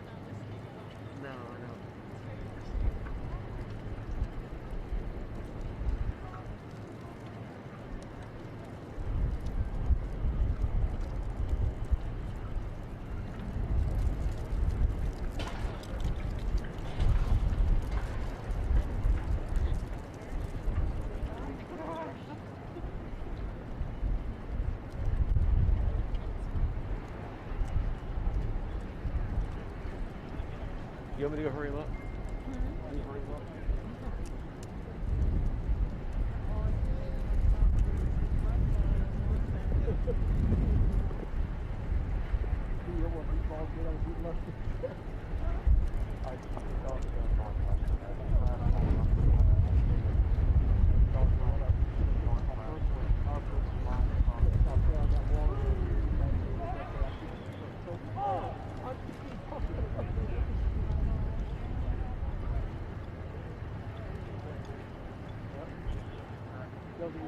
We all had HMS control, and I flipped on the average.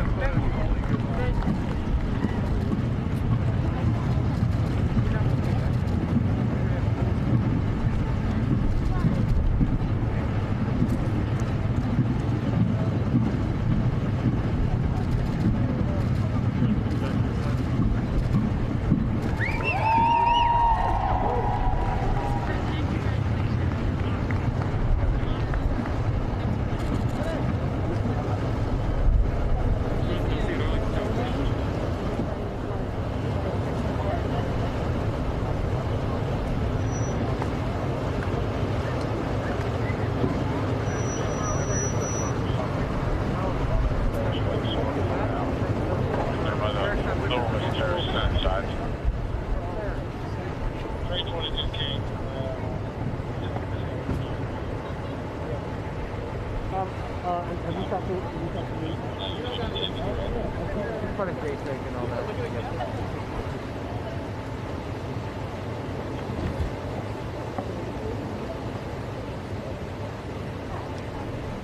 Solomon? You know, talk to Solomon. Yep.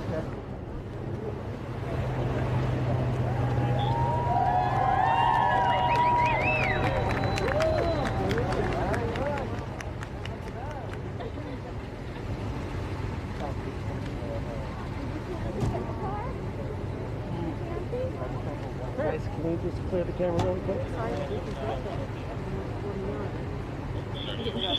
Different family of five.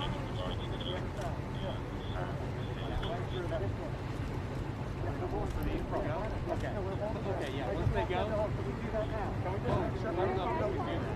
that? Come back a little bit? How are we getting? Yeah, because they're going to be going. No, I'm holding. We're holding. Guys, let's go. Let's go. Let's go. Yeah, let's go.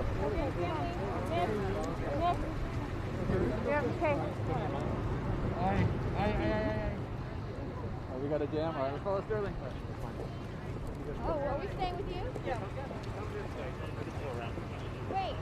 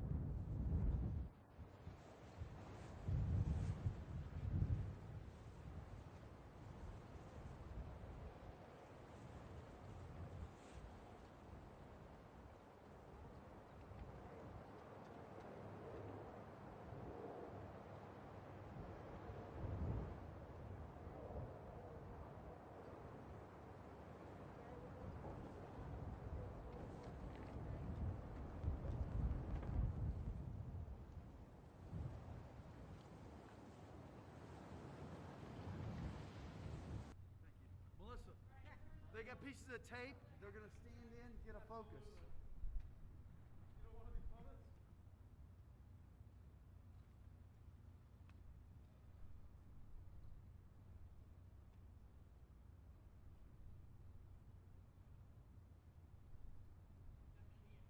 Go ahead, I'm just getting focused. You got 20 time.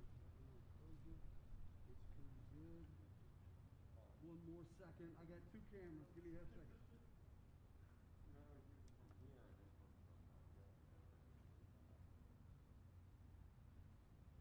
Half second, gentlemen. Old eyes here.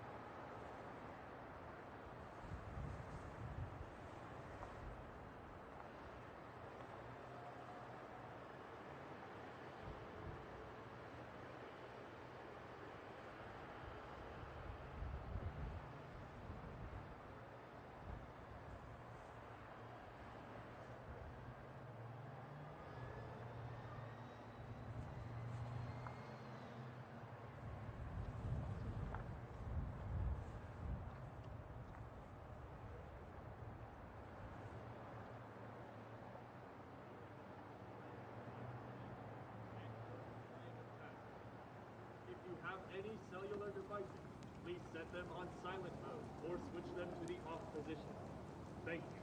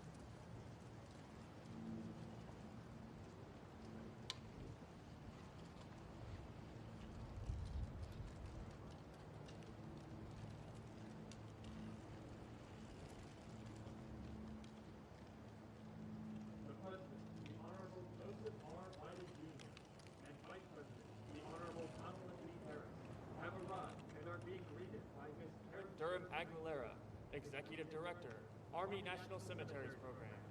Mr. Charles R. Alexander, Superintendent, Arlington National Cemetery.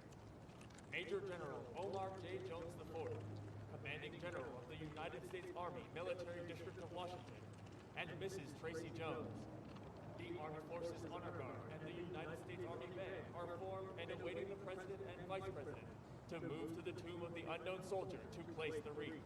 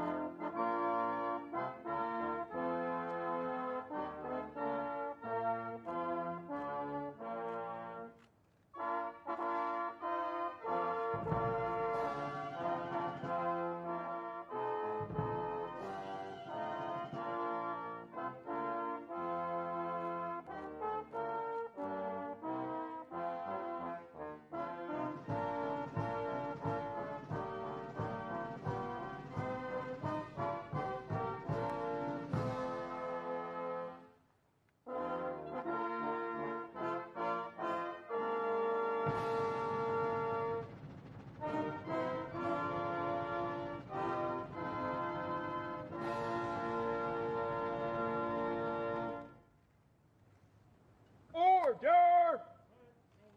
Arms!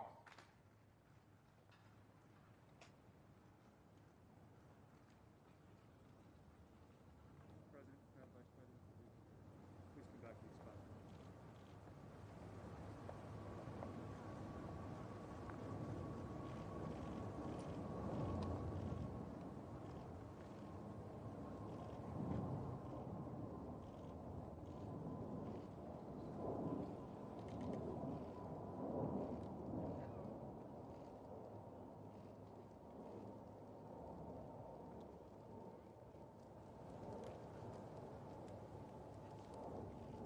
Present! Arms!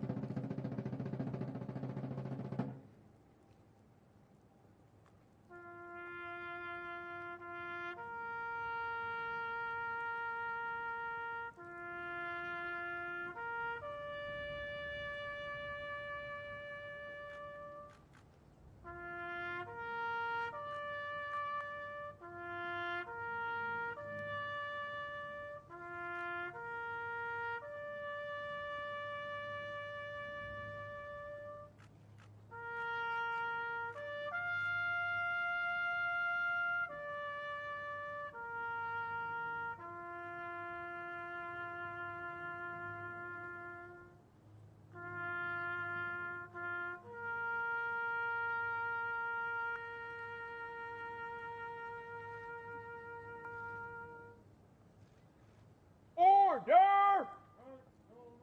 Arms!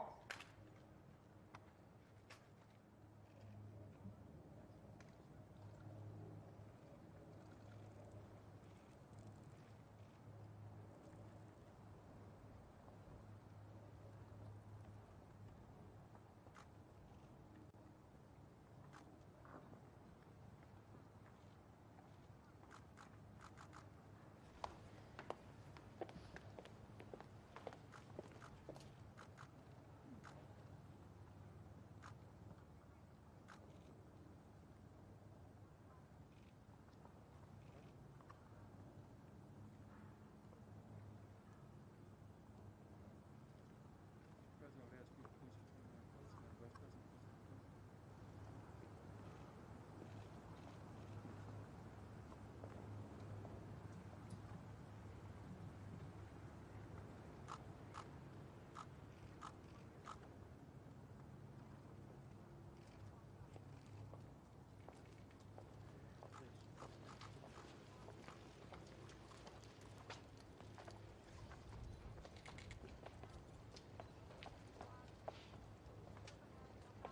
All the way up the steps to the president, please.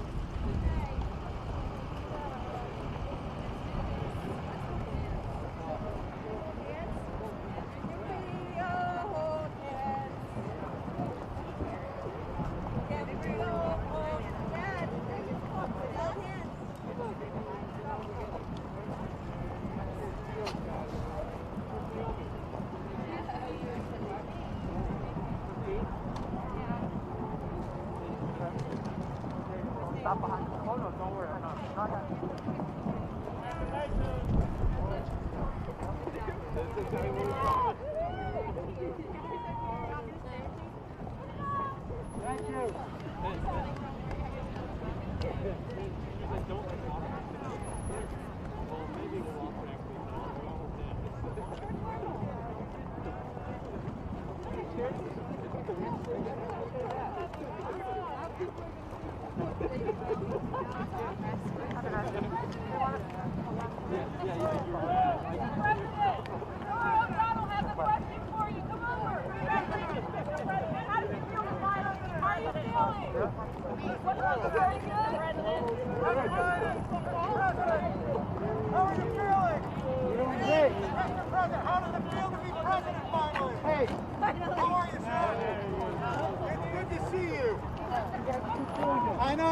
It's been 3 hours. How does it feel, Mr. President? It feels great. It feels good? It feels good. All righty. Congratulations.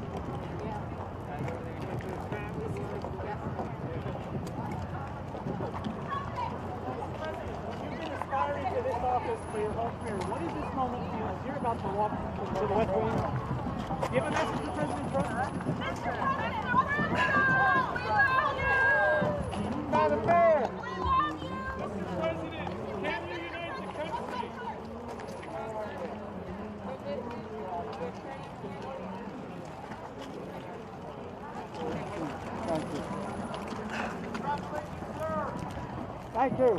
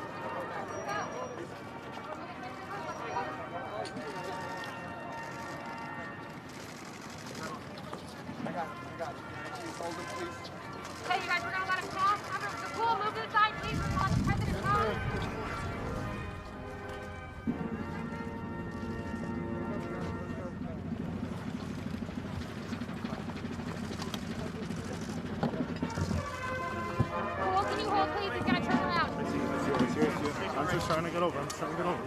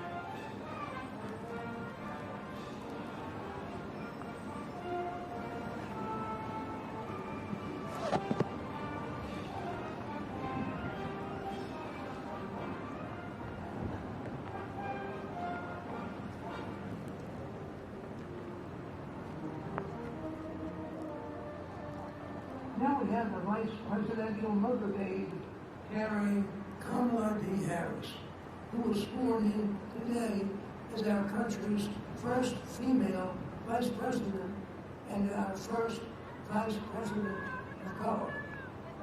She was sworn in by our first female Supreme Court Justice of color, Associate Justice Sonia Sotomayor.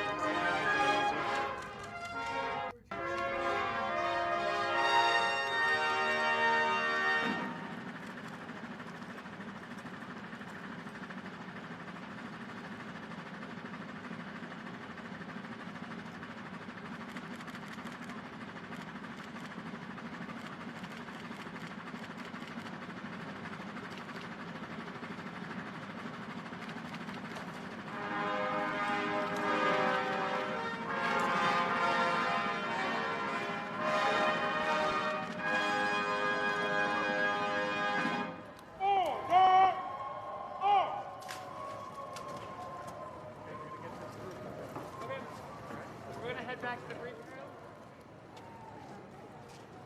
Morgan! Stay close, we'll pop off in a second.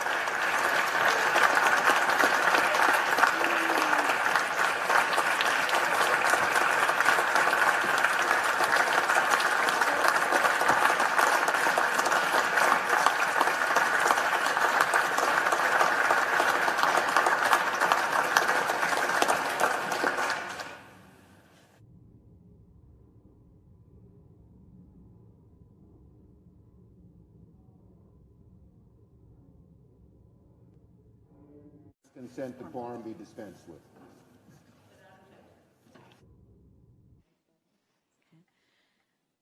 The chair lays before the Senate 2 certificates of election for the state of Georgia and a certificate of appointment to fill the vacancy created by the resignation of former Senator Kamala D. Harris of California.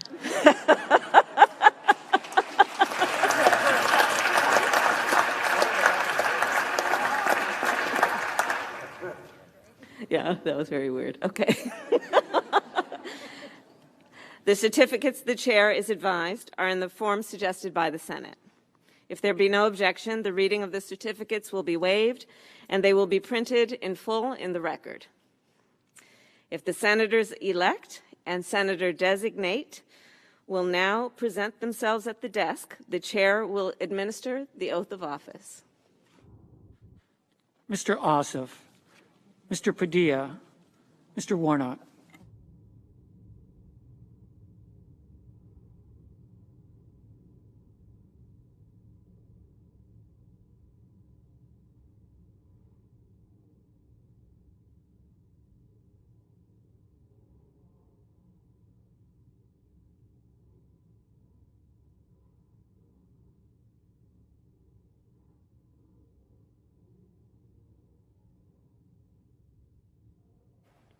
Please raise your right hand. Okay. Do you solemnly swear that you will support and defend the Constitution of the United States against all enemies, foreign and domestic, that you will bear true faith and allegiance to the same, that you take this obligation freely, without any mental reservation or purpose of evasion, and that you will well and faithfully discharge the duties of the office on which you are about to enter, so help you God? I do. Congratulations.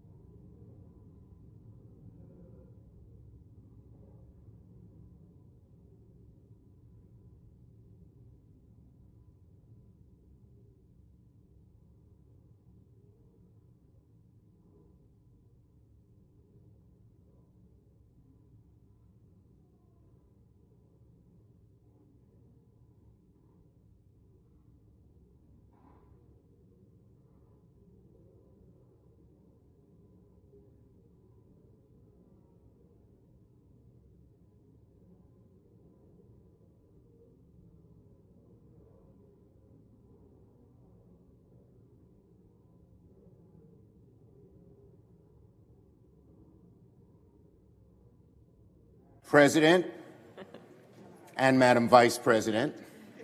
Majority Leader. Just to let the members know the order of business, we will first install Senator Leahy as President Pro Tem. We will then have some other sort of just mechanical business. I will then give my maiden speech as Majority Leader of the United States Senate, and then we'll hear from Senator McConnell. There may be a vote this evening.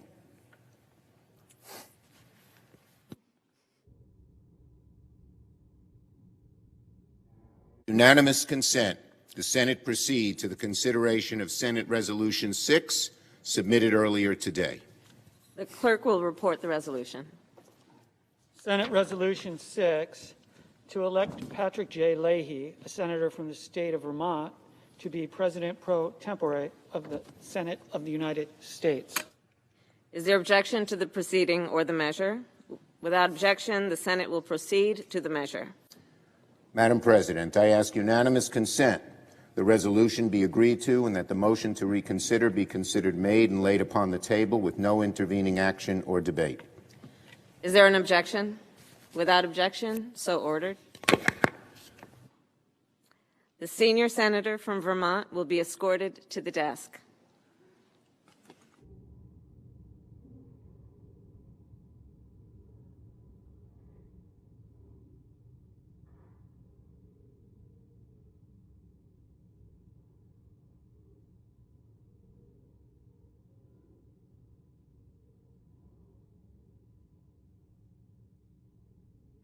Please raise your right hand. Do you solemnly swear that you will support and defend the Constitution of the United States against all enemies, foreign and domestic? I do. That you will bear true faith and allegiance to the same, and that you take this obligation freely without any mental reservation or purpose of evasion, and that you will well and faithfully discharge the duties of the office upon which you are about to enter, so help you God. I do. Congratulations.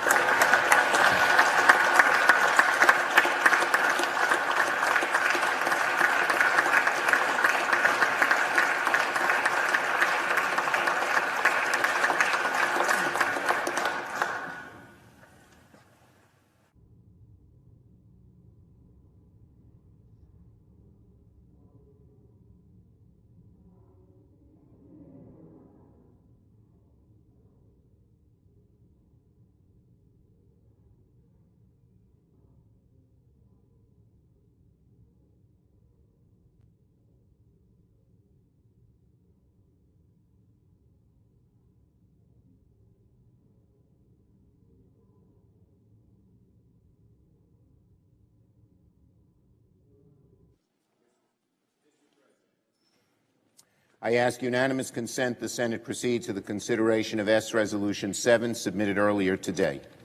Without objection. And the clerk will report the resolution. Senate Resolution 7, expressing the thanks of the Senate to the Honorable Chuck Grassley for his service as President pro tempore of the United States Senate, and to designate Senator Grassley as President pro tempore emeritus of the United States Senate. The clerk will report the resolution.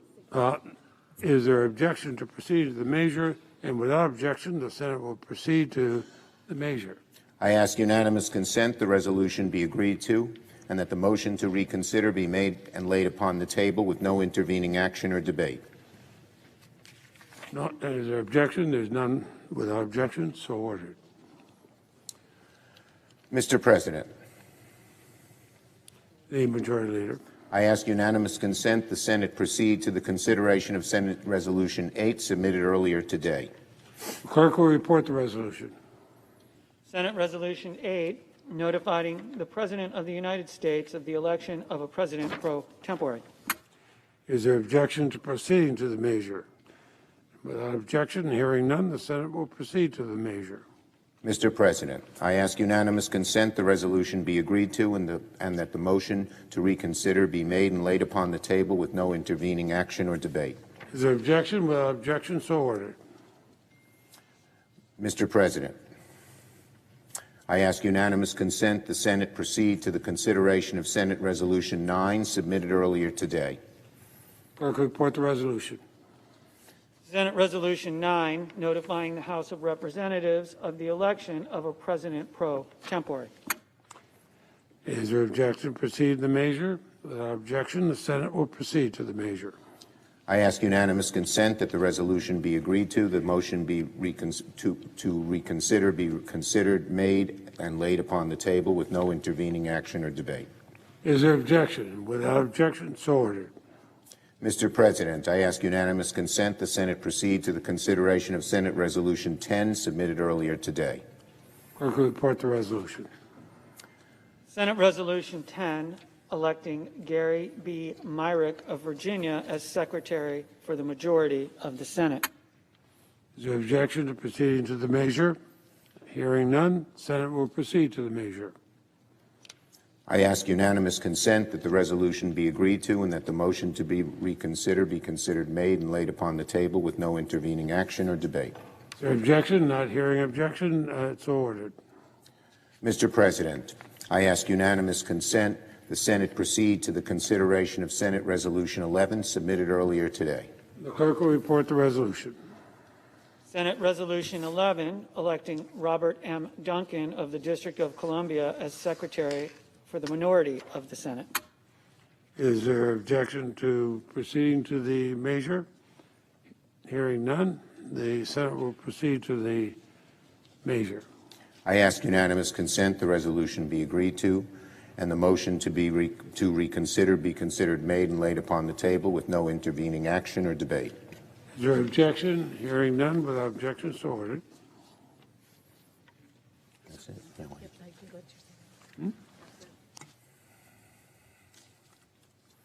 Mr. President. The Majority Leader.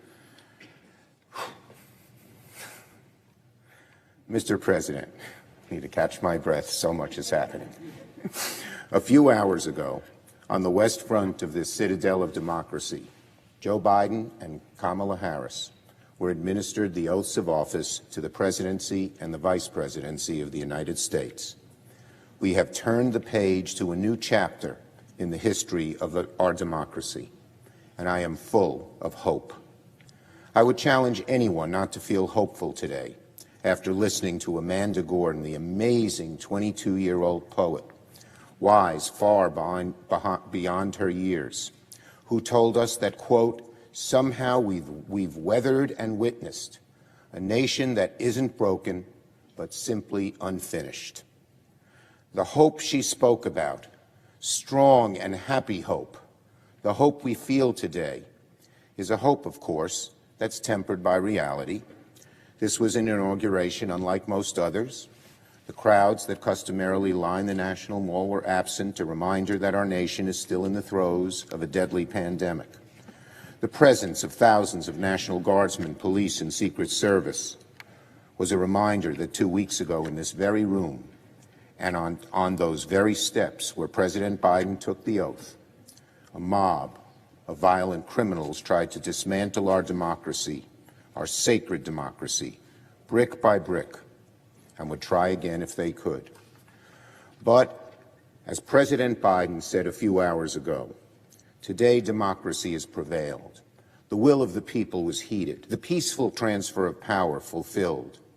It takes a lot more than a band of hooligans to bring our grand democracy down. Let it be a message to our friends and adversaries around the world that our democracy, though it has been tried and been tested, shall long endure. And let it be a message to those terrorists who desecrated this temple of democracy that they will never prevail.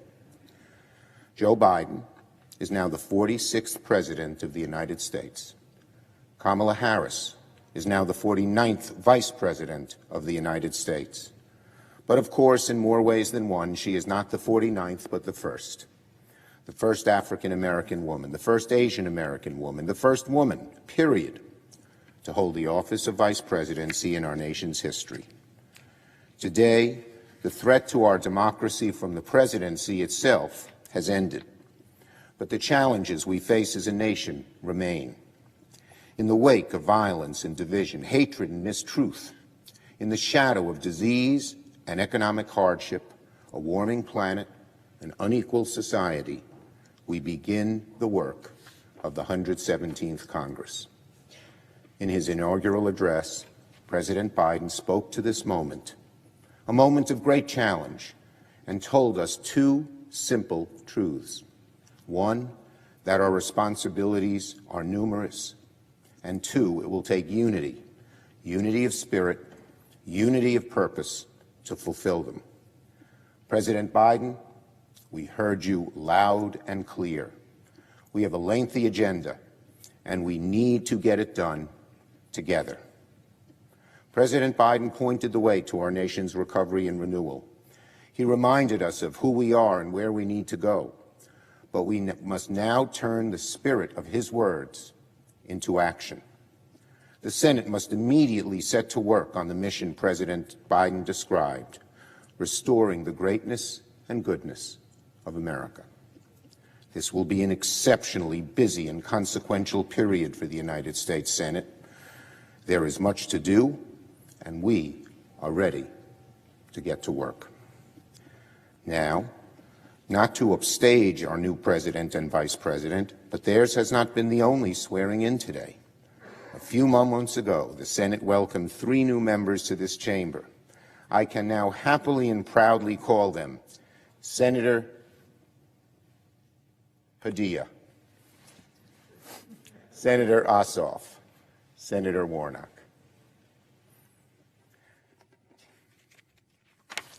They joined Senators Kelly, Hickenlooper, and Lujan as part of a 6-member class of Democratic senators and a new Democratic Senate majority. I mentioned the historic nature of Vice President Harris's ascendance, but let's not forget that her successor, Alex Padilla, is the first Latino senator to represent California, that Raphael Warnock, born while Georgia was represented in this chamber by 2 staunch segregationists, is now the first African-American senator Georgia has ever elected, and that John Ossoff is the first Jewish senator from his state, sworn in today on a book of Hebrew scripture once owned by the rabbi who decades ago formed a bond between the Jewish and African-American communities of Georgia. As President Biden said in his inaugural address, "Don't tell me things can't change." With the swearing in of these 3 senators, the Senate will turn to Democratic control, for which I deeply thank my colleagues. We'll turn to Democratic control under the first New York-born majority leader in American history, a kid from Brooklyn, the son of an exterminator and a housewife, a descendant of victims of the Holocaust. That I should be the leader of this new Senate majority is an awesome responsibility, awesome in the biblical sense, as the angels that trembled in awe before God. Today, I feel the full weight of that responsibility, a sense of reverence, of awe at the trust placed in me. I intend to honor that trust with all of my energy and with joy. And as the majority changes in the Senate will do business differently. The Senate will address the challenges our country faces head-on and without delay, not with timid solutions, but with boldness and with courage. The Senate will tackle the perils of the moment, a once-in-a-generation health and economic crisis, and it will strive to make progress on generations-long struggle for racial justice, economic justice, equality of opportunity, and equality under the law. And make no mistake, the Senate will forcefully, consistently, and urgently address the greatest threat to this country and to our planet, climate change. This Senate will legislate. It will be active, responsive, energetic, and bold. And to my Republican colleagues, when and where we can, the Democratic majority will strive to make this important work bipartisan. The Senate works best when we work together. We have no choice. The challenges we face are great. The divisions in the country are real. We have no choice but to try to work together every day to reward the faith the American people have placed in us. So let us begin. I yield the floor.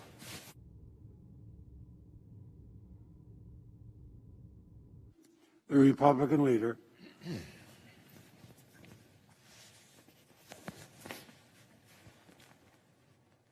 Mr. President, today, before the American people and the world, the peaceful transfer of power that has helped define our nation for more than 230 years was carried out.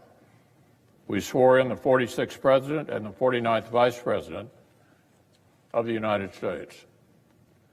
President Biden and Vice President Harris are both alumni of the U.S. Senate. They're well known to us in this chamber. They begin their terms with both challenges and opportunities before them, and with the prayers of our whole nation at their backs.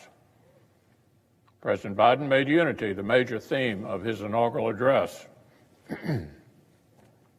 He pledged to be a president for all Americans, to work as hard for the many millions of Americans who did not support his candidacy as he will for the millions who did. So I congratulate my friend from Delaware.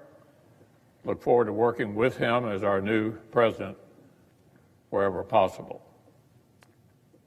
Our country deserves for both sides, both parties, to find common ground for the common good everywhere that we can and disagree respectfully where we must. Last fall, the American people chose to elect a narrowly divided House of Representatives, a 50-50 Senate, and a president who promised unity. The people intentionally entrusted both political parties with significant power to shape our nation's direction. May we work together to honor that trust. Earlier today, I was honored to present our former colleague, Vice President Harris, with a flag that flew over her historic swearing-in as our nation's first woman Vice President. This groundbreaking achievement elicits national pride that transcends politics. All citizens can applaud the fact that this new three-word phrase, Madam Vice President, is now a part of our American lexicon. So once again, our sincere congratulations to our former colleague from California on this day. I also join my colleagues in warmly welcoming our three newest senators, Senator Padilla of California, Senators Ossoff and Warnock of Georgia, have been sent to this chamber by their home states to represent their neighbors and to serve our nation. We have plenty of Senate business to discuss at length in the days ahead, but for now, I just want to congratulate each of our new colleagues. I look forward to working alongside them. Under the previous order, the leadership time is reserved. And under the previous order, the Senate will be in a period of morning business, with senators permitted to speak therein for up to 10 minutes each. Mr. President, Senator Raffaele. 2 minutes to speak, please. For two purposes. One, to congratulate my friend Patrick Leahy for once again assuming the position of President Pro Tem after 6 years of absence, I believe, and also to express my working relationship with him in the 40 years that he and I have served together in the United States Senate. But also to the Fourth Estate, because we always read about rancor on television, radio, and print. They never speak about how senators get along. We've seen a peaceful transfer of leadership position in the United States Senate, from a senator from Kentucky to a senator in New York. Now for the second purpose of rising, because most of my colleagues don't know when there's nobody on the Senate, and I open the Senate up for prayer and for the Pledge of Allegiance. I usually give a 1-minute speech, and I'd like to give my last 1-minute speech as President Pro Tem, not saying I won't take advantage of that opportunity when nobody else is around as well. 4 years ago, our nation's capital was full of people who had come to celebrate a new president's inauguration, and it was full of people who came to protest the winner of that election. This Biden inauguration was different in that respect, but this year, just like 4 years ago, there are Americans who questioned the election outcome and did not want the inauguration to proceed. Since Election Day, I have urged Americans to have faith in our constitutional system and let the Constitution work the way it has for 240 years, work its course. Today was a culmination of that process. Like 4 years ago, I know that many Americans are not happy with how it turned out. That is absolutely fine, just like 4 years ago was fine for those people that resisted. In our country, nobody is obliged to like or support a president, but hopefully people will really respect the office of the presidency, regardless who holds it. However, while the president's changed hands, I hope we can retire #resist. You wouldn't know it listening to partisan commentators from the right or left, but you do not have to make a choice between giving your president unqualified support or total opposition to the president. As a legislator, I would be doing a disservice to those I represent if I did either unqualified support for a Republican president or total opposition to a Democrat president. In my work on behalf of Iowans, I have to engage with the administration of the day if I want to be a responsible senator. As I have with every president, I will seek to find common ground with President Biden wherever possible, but I will strongly oppose policies that I think are not good for Iowa and all Americans. That will be on input that I receive from my fellow Iowans. I yield.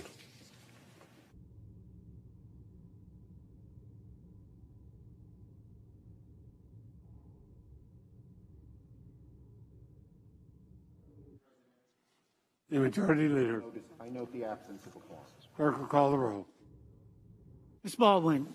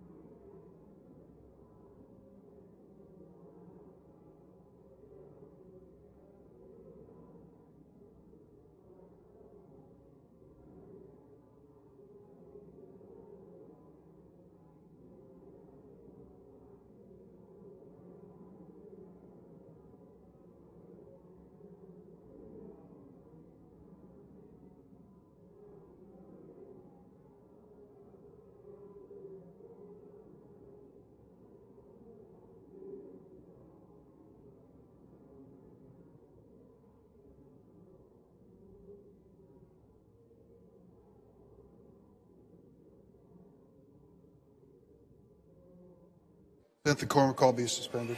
Without objection. Mr. President. Senate will be in order. The Senate Earlier- will be in order. Mr. President, earlier today I was proud to join my colleagues in witnessing the inauguration of President Joe Biden and Vice President Kamala Harris on the west front of the United States Capitol.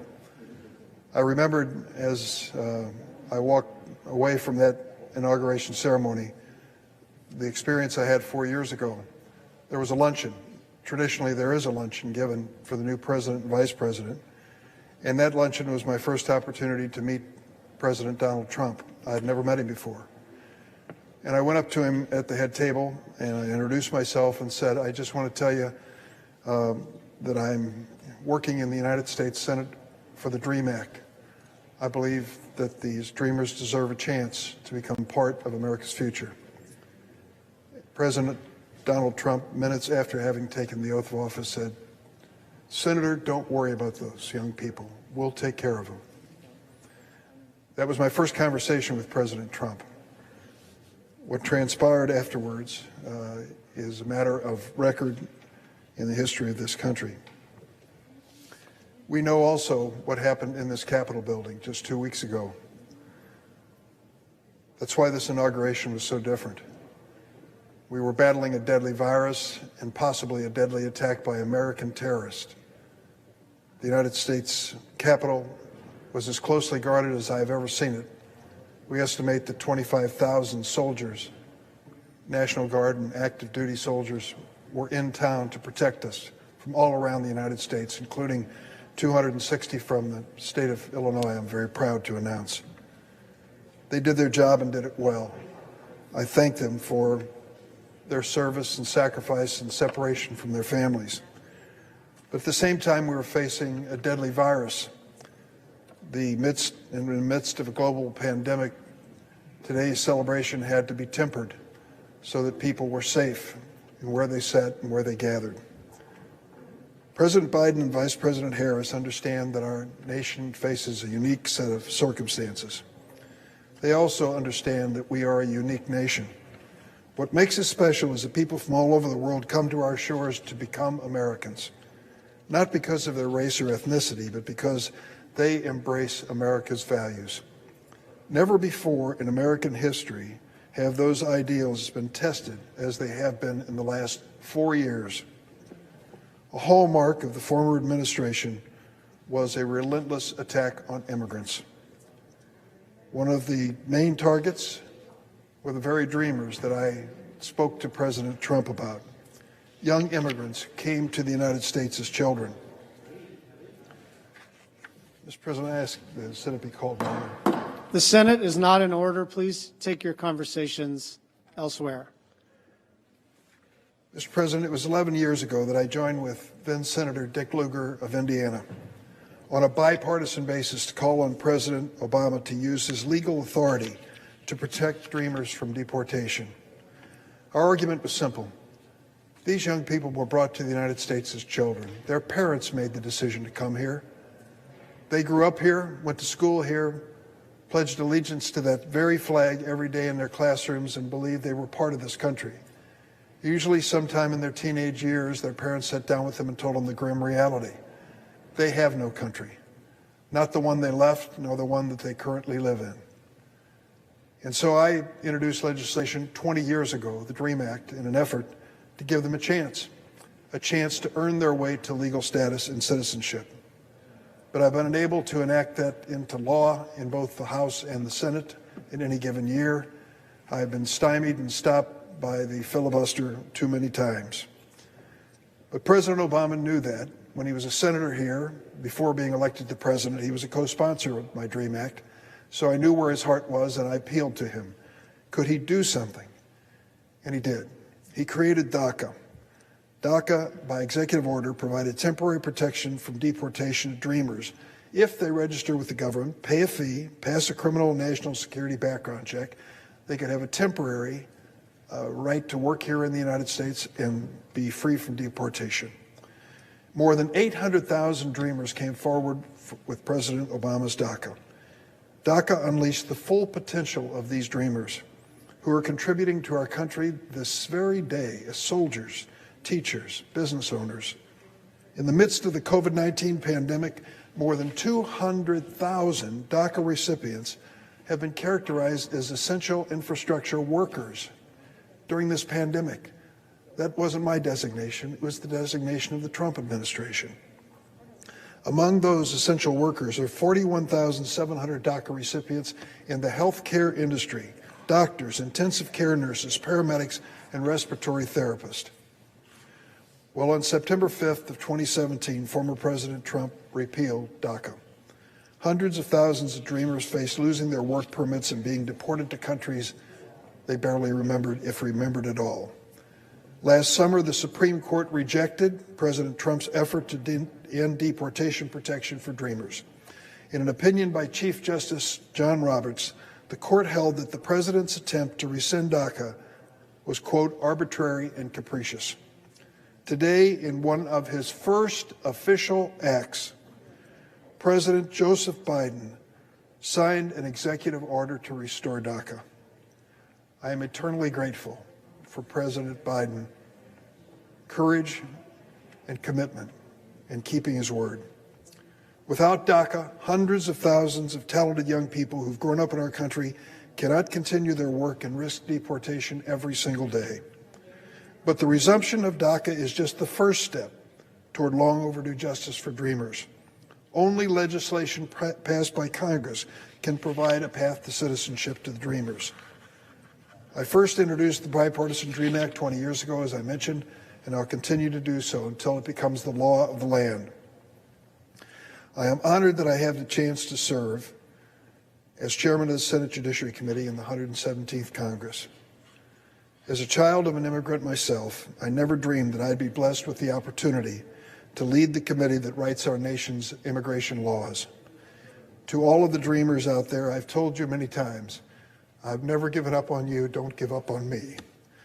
I'm going to pass the DREAM Act. Over the years, I've come to the floor with the most persuasive approach I can think of to pass the DREAM Act and make it the law of the land. I tell their stories. These stories show what's at stake when we consider DACA and the DREAM Act. It is not a theory. It is not just a law. These are real human lives. Today I want to tell you about Hina Naveed. She's the 127th Dreamer whose story I've told on the floor of the Senate. Hina was born in Pakistan, came to the United States from Dubai when she was 10 years old, grew up in Fall River, Massachusetts. She sent me a letter, and here's what she said about growing up. I had a pretty typical experience navigating a new country and a new school system. It wasn't until I turned 16 and my peers were getting their permits to drive and their first jobs that I really felt the impact of being undocumented. Hina was an excellent student. High school, she was president of the National Honor Society and Key Club. She graduated as salutatorian of her class, ranked second out of 350 students with a 4.0 GPA. She received the Outstanding Vocational Student for Health Careers Award and overall Outstanding Vocational Student Award. She went to the City University of New York, College of Staten Island, Associate's degree in Liberal Arts and Nursing, Bachelor of Science in Nursing, studied at CUNY Law School, where she graduated with a law degree, and thanks to DACA, Hina became a registered nurse. She worked as Director of Health Services for a nonprofit community-based organization in New York. Her department provides health care services for children in foster care, many of whom are victims of medical neglect. She's also a member of the New York City Medical Reserve Corps. At the height of the pandemic, she volunteered on weekends at a hospital and at a residential facility with COVID-19 patients. Hina wrote to me about her plans. I want to work on health policy reform at a local and state level in an effort to achieve health quality for all. This pandemic has highlighted health disparities that long existed. I want to be part of making change. I want to see it and experience it. Here's what Hina said about DACA and what it meant to her. DACA has been life-changing.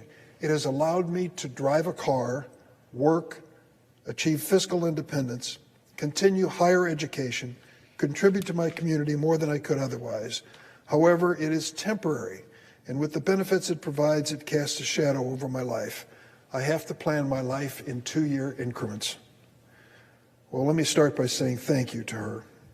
to Hina Navid for her service on the front lines of the coronavirus pandemic. All of us are in awe of our healthcare heroes. She is an immigrant healthcare hero. She is a DACA healthcare hero. She has put herself and her family at risk to protect others. She also shouldn't have to worry about being deported tomorrow and her family facing division. Will America be a stronger country if we just upped and deported her, or if she became an American citizen? I think the choice is clear. Hina and hundreds of thousands of other dreamers are counting on those of us who serve in the Senate. So here's where we stand.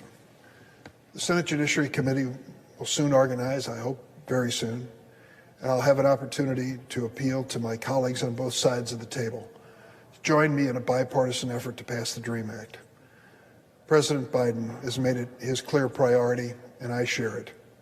I want this to be the first measure that we consider in the area of immigration. But I know we live in a 50-50 Senate, and it's possible that once again I'll need to muster 60 votes to pass this on the floor. So whatever we do, it has to be bipartisan. That means it won't have everything in it that I want, or everything that maybe Hina or the advocates want. But we have to take a step forward, once and for all, to help these young people. As long as I am a senator, I will continue to fight for Hina Navid and for people who've come to this country just to make it better. It would be an American tragedy to deport this brave and talented healthcare professional in the midst of a pandemic. We must assure that she and hundreds of thousands in our essential workforce are not forced to stop contributing when the need for their service has never been greater. And we must give them the chance they deserve to become American citizens. I cannot express my gratitude enough for President Biden on the first hours that he was in office to recognize the needs of the DACA recipients and the dreamers. I want to work with him and work with both parties across the aisle to make this dream come true for so many who deserve it. They've waited long enough. Mr. President, I yield the floor. Mr. President. Senator from Arkansas. For the information of other senators who want to know if we'd have a vote tonight, specifically on the nomination of Avril Haines to be Director of National Intelligence, I was the last person to object to holding that vote. I no longer object. I wanted to have a question for the record answered. Ms. Haines, thankfully, has responded to my question yesterday. I want to thank Senator Rubio and Senator Warner for helping us get that answer. Specifically, in her open session yesterday, she gave an answer in response to Senator Wyden that suggested the intelligence community might reopen investigations into detention and interrogation programs from 2001 to 2006. She clarified in the private setting that we had that she had no intention to open up those investigations and expose operations officers inside the CIA to criminal prosecution or adverse employment action, or even holding it against them in potential future promotions or placements. She's confirmed that in the written record. I'm glad to see that we're not going to reopen that period. I want to thank Ms. Haines for providing the answer. Most importantly, I want to thank our brave operation and paramilitary operations officers in the CIA for what they do always to keep this country safe. So I'm ready to vote on this nomination. I believe the rest of the Senate is as well. And I yield back the floor. And I note the absence of a quorum. Clerk will call the roll. Ms. Baldwin.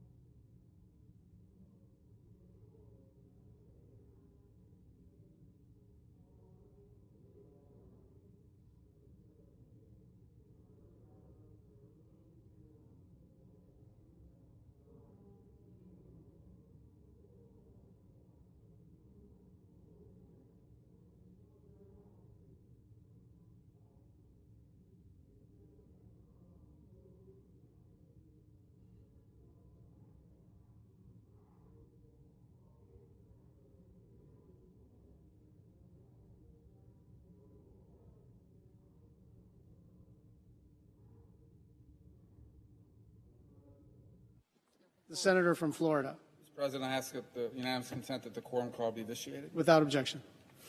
At noon today, Joe Biden was sworn in as our new president. I never served with President Biden when he was a senator, but I can tell you that from direct and firsthand experience that he is a man of tremendous empathy. I've witnessed it. And so I pray that God will bless him with strength, with health, with wisdom, because I don't need to tell anyone that we in our nation are living in troubled times. You know, President Trump was elected and then in his last cycle received 75 million votes, in part because he spoke to and was brutally honest about some of the grievances and the fears that are now dividing our country. It's important to understand he didn't create them. And that's why his exit alone is not going to make America normal again. The troubles we face, the things that now divide us, really aren't so much about politics or about ideology. If you look into them, they're really more about the things that are at the core of our identity as a nation and as a people. People want a country where everybody has the opportunity to find a good job, to get married, to live in a safe neighborhood, to not go into debt because you have a baby, to send their kids to a good school, and one day to retire with dignity and security. But we have millions of Americans who increasingly feel that that kind of life and those kinds of things are out of reach for them. And they're really frustrated that neither those in government or either political party seems to be doing much about it. People need a sense of belonging and purpose. But the places that we used to get that from, our families, the community groups we join, the synagogue, the churches, many of them are in collapse. And so now you have millions of people that feel isolated or alienated, and some who are turning to hyper-partisan politics and even online conspiracy cults to fill the void that those institutions once filled. The overwhelming majority of Americans reject racism and bigotry and discrimination, but they also reject identity politics, which constantly seems to want to divide us against and apart from each other on the basis of race and ethnicity and gender. We are a nation that is proud of our heritage as a nation of immigrants. But millions of Americans, I would say the majority, also believe we're a nation that has to have immigration laws. They need to be followed and they need to be enforced. Most Americans accept that our country, our society is changing. And they understand that there are people with different views and different ways of life. What they do resent is efforts to demonize and to persecute those who hold the traditional values that are inherited from our Judeo-Christian heritage. Most Americans believe decency and morality requires everyone is entitled to dignity and to respect. But there are also many growing increasingly tired of walking on the eggshells of political correctness and forced to undergo sensitivity training because everyone seems to be so easily offended these days by everything. People understand we've got to do something. It's a problem. We've got to do something about people who use social media to spread dangerous lies, to instigate violence. But I think they also have a right to be very troubled that 5 CEO of technology companies, 5 people in 5 companies, elected by no one, accountable to no one, have the power, if they so choose, to wipe out, to silence anyone, even a president. And I would tell you, almost without exception, they were horrified about what happened here 2 weeks ago today. They want those people in jail. But they also wonder, where was that outrage when this summer in multiple cities, across a number of months, there were people setting fire to police cars and breaking into police stations and attacking courthouses and looting private property. And I'll tell you, they see firsthand, every day, the extraordinary damage being done by this terrible pandemic and the damage being done by our bitter divisions. Which is, I think most Americans will never understand why the first thing we're going to do here is potentially is an impeachment trial of a president that isn't even in office anymore. What happened today was incredibly important. The pageantry, the rituals behind it, it matters. You know, for the 59th time in our history, we peacefully transferred power from one leader to the next. And I think the fact that that happened on the very steps of this Capitol, where just 2 weeks ago on this day, we saw an unimaginable attack on democracy. That should serve as a reminder to all of us in this country and a powerful message to the world that our republic remains resilient. But now, the hard work of self-government begins.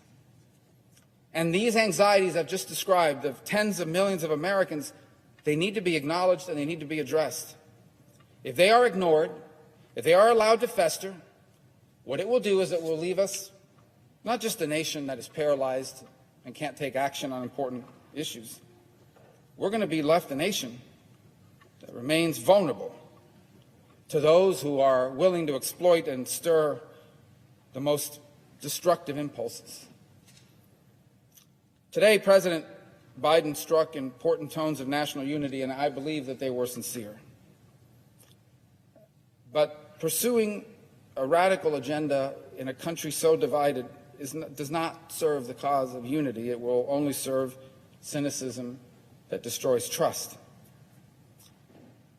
By the same token, continuing to fan the flames of grievances, or, in the alternative, pursuing vengeance disguised as accountability will not serve the cause of unity either. That is nothing but the politics of resentment and retribution, which only leads to a fractured nation of people who literally come to hate each other. Demanding that the other side in a debate on a topic, on a principle, that they agree with you on everything, that isn't unity. That's the arrogance of believing that any of us, we are the sole holders of the truth. Anyone who agrees with us is good, and anyone who disagrees with us is wrong. Not just wrong, but actually evil. The truth is, real unity isn't everyone having the same ideology or the same views or the same ideas. The unity we need actually comes from remembering who we actually are. We Americans are not a racist or nativist people. We are a good and compassionate people who, in its overwhelming majority, they do not ask about race when they donate unwrapped toys so that no child has to wake up on Christmas morning with no present under the tree. They don't ask where a soldier or a sailor or an airman and woman's parents came from when they put together and send care packages to them halfway around the world as they defend us. We Americans are a bold people. In our veins literally runs the blood of pilgrims, of settlers, of exiles, of immigrants, of people who overcame slavery and then segregation, who refused. We are the descendants of people who refused to surrender to fear and to abandon their hope of a better life. We Americans are not the inheritors of an American dream that's some prize that we have to fight against one another for in some winner-take-all competition. We are the inheritors of an American dream which anyone can achieve without it being denied someone else. This is who we were when this country inspired and changed the world. And I hope that this is who we will be again. A people who disagree over principle, who argue over policies. That has to happen because our republic depends on every view having a voice and every voice having a place to be heard. But also people who now understand that the choice before us is we will either find a way to share a nation and a future, or we will all share the condemnation of history and the rebuke of Americans yet to come. Mr. President, I yield the floor.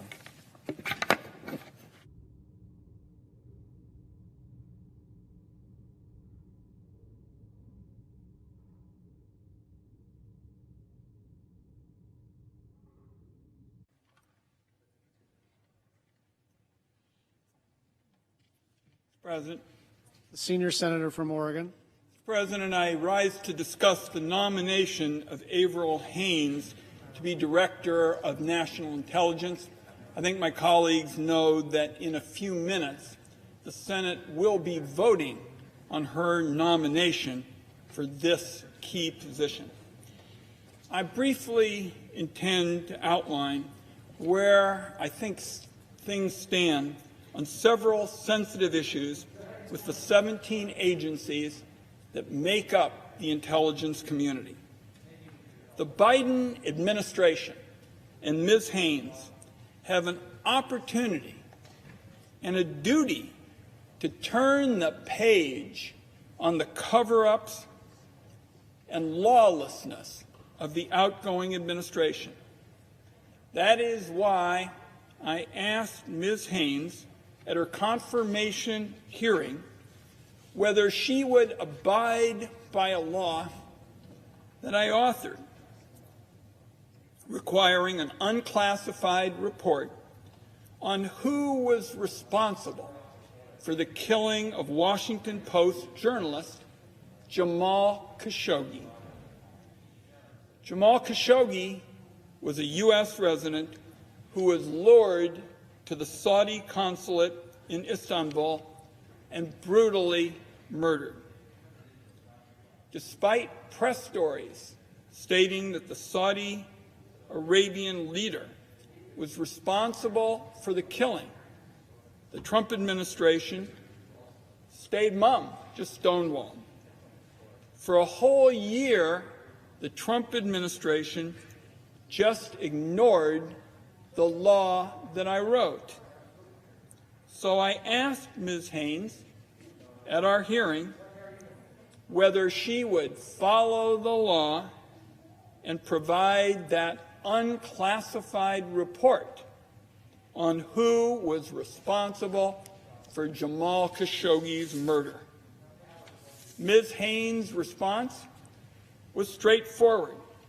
She said she would provide the report and comply with the law. That statement, as frankly modest as it was a sea change, colleagues, from the obstructionism and stonewalling of the Trump administration. The Trump administration had basically taken the position on laws like this transparency measure that it was kind of optional for the executive branch to comply. So Ms. Haines' direct commitment to making that key report on the role of MBS, the Saudi leader, in the murder of Jamal Khashoggi, in my view, was a real step forward for the rule of law, for accountability, for human rights. And I'll say, as a journalist kid, it was a real step forward for freedom of the press everywhere. The second subject I discussed with Ms. Haines was a particularly troubling aspect of the CIA's recent history. The CIA spied on the staff of the Senate Intelligence Committee when the staff was writing the torture report. As deputy director, Ms. Haines didn't hold anyone accountable. In my view, this abuse, this spying on the Senate Select Committee on Intelligence basically, colleagues, turns the whole concept of overhead on its head. The United States Congress is supposed to do oversight on the executive branch and not vice versa. In response to my questions at the hearing, Ms. Haines admitted that the spying on the committee was wrong. She also agreed that she supported recommendations to expand accountability and would apply that expanded accountability to the intelligence community at large. And when she was asked about the CIA's baseless efforts to have committee staff prosecuted, she agreed there ought to be guardrails against that happening again. The third area I explored with the nominee was the need to rebuild trust in the intelligence community, which in my view requires a new focus on transparency and openness. For example, there ought to be transparency so that the American people know what kind of surveillance is being conducted on them. The President of the Senate knows about the important vote we had on that amendment that I offered, the bipartisan amendment with Senator Daines, because we ought to get history on whether the government is spying on the browsing history of the American people. So this is really a critical and growing concern, because we're all seeing about data brokers and others selling people's data, and it's especially important that the American people are told if the government is using legal loopholes in the law and the warrant requirement of the Fourth Amendment. So I asked Ms. Haynes about circumstances in which the government, instead of getting an order, just goes out and purchases the private records of Americans from these sleazy and unregulated commercial data brokers who are simply above the law, literally above the law. I believe this practice is unacceptable, and soon I will be introducing legislation to make it clear that the Fourth Amendment is not for sale. Now, for Congress to tackle the topic is vitally important. There be an informed public debate on what the government is collecting right now and what it believes is the legal basis for the collection. And I was encouraged by how Ms. Haynes responded to that question I asked. She said it was critical that the American people have an understanding of when and under what authorities the government is buying their private data. Now, Ms. Haynes made a number of other commitments related to transparency issues, many of which relate to a problem I have come to describe as secret law. And to my colleagues, we see our new members here, you know, people think when a law is written, they go to a coffee shop in Atlanta or Athens or Tucson and they read about a law and they think it's what the public law says. But secret law is based on the proposition that after the public law is put in place, the government often reinterprets the public law in secret, keeps the new interpretation secret under the pretext that these reinterpretations are just so key to keeping Americans safe.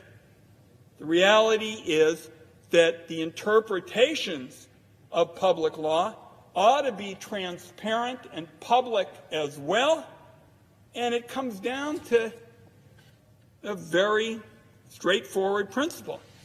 I'm a strong opponent of secret law. I'm a strong supporter of transparency, and I intend to remind Director Haynes what she told me just a few days ago about transparency, and to push hard for the public release of as much information as possible when Americans deserve to see it, and they can see it when it's consistent with their safety and well-being of their households and their loved ones. I also intend to push the Director of National Intelligence to fix a broken declassification system. For years, a flood of new digitally classified information has overwhelmed an obsolete paper-based declassification system.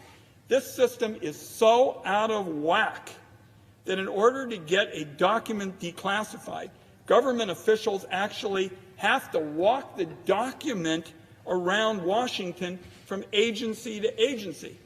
I actually said at our open hearing, I wonder if it's getting to the point where to get a document declassified, someone who works for the government has got to pack a lunch, put the document in their big black briefcase, and then make their way all over the nation's capital. So, I've introduced with Senator Moran bipartisan legislation to authorize the Director of National Intelligence to fix the problem. Ms. Haynes has acknowledged the seriousness of the problem and the DNI's role in fixing it. It's my intent to make sure that this also is not allowed to just continue as business as usual. Some of the starkest differences between the actions of the outgoing administration and the positions taken by Ms. Haynes here a couple of days ago relate to the crucial area of whistleblowers. The outgoing administration broke the law when it withheld from Congress the complaint of the Ukraine whistleblower, the whistleblower who had identified abuses that resulted in the first impeachment of Donald Trump. This lawlessness undermined both the whistleblower system and the independence of the intelligence community inspector general, who had determined that the complaint ought to be submitted to Congress. Ms. Haynes has been clear. The law requires that when the inspector general determines that a whistleblower complaint is urgent, the Director of National Intelligence cannot keep it from the Congress. She made other commitments to whistleblowers. There are whistleblower protection laws, including some that have been approved by the Senate Intelligence Committee, that need to be enacted. There are procedures already required by law that the outgoing administration just didn't issue. They just stonewalled. After all the damage done by the Trump administration with respect to trampling on the public's right to know and transparency, where the information can be made public to the American people without compromising sources and methods, I'll tell you, the Biden administration has a lot of work to do to repair and improve whistleblower protections. They're going to have a lot on their plate. The country has massive cyber vulnerabilities that we saw just a couple of weeks ago. There's more to do in terms of preventing foreign interference in our elections. We have to ensure that other surveillance programs provide security without sacrificing our constitutional rights. I'm going to close by way of saying I don't assume that I'll always agree with the incoming administration. That's been true for me with Democrats and Republicans on these issues. When we disagree, we'll have a vigorous debate, as vigorous as when I disagreed with the Trump administration. Ms. Haynes is DNI, Ambassador Burns as CIA director are beginning to shape up as a team that will be more open with the public, respect the law, and work with the Congress to repair the vast damage of the outgoing administration and respect, what Ben Franklin talked about so many years ago. Liberty and security aren't mutually exclusive. Smart policies get you both. Not so smart policies get you less of both. And that's our challenge. So tonight, because of her answers to me at the Open Intelligence Committee hearing a couple of days ago, Mr. President, I want to say in closing I'm going to be supporting Ms. Haynes' nomination to be the Director of National Intelligence.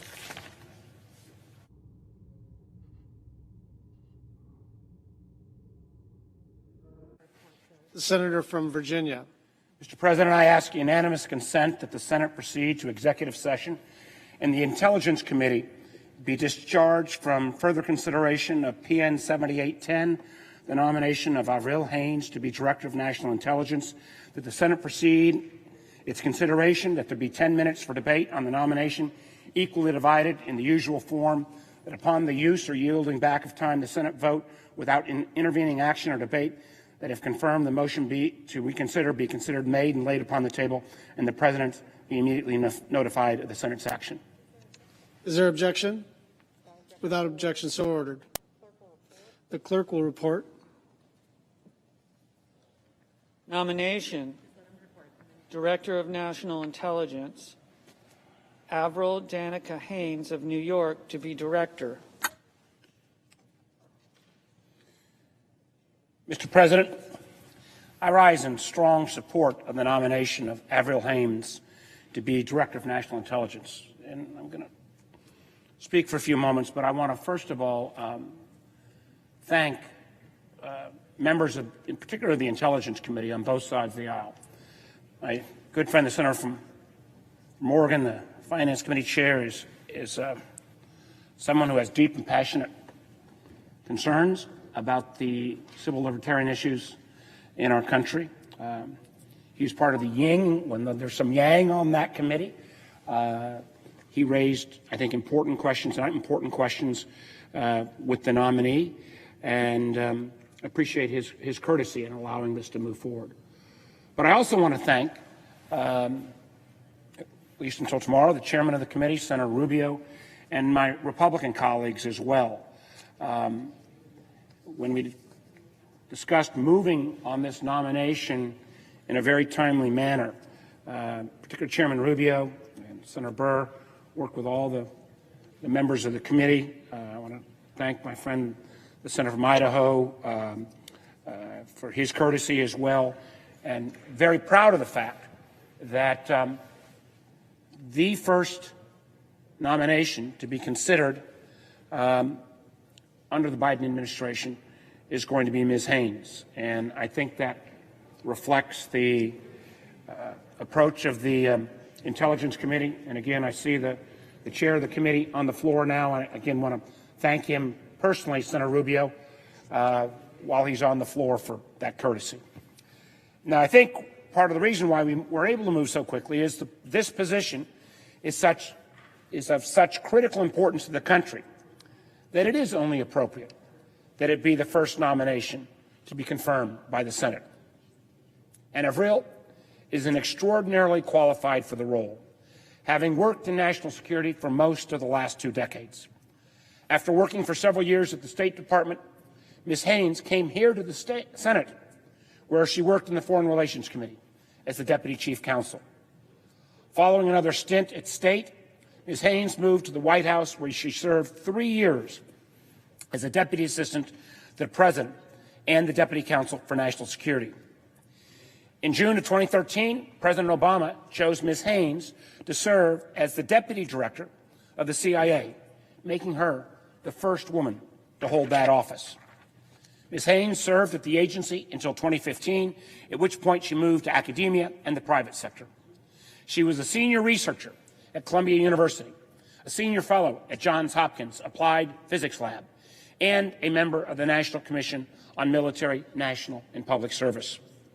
Avril Haynes has all the qualifications we would want for a DNI.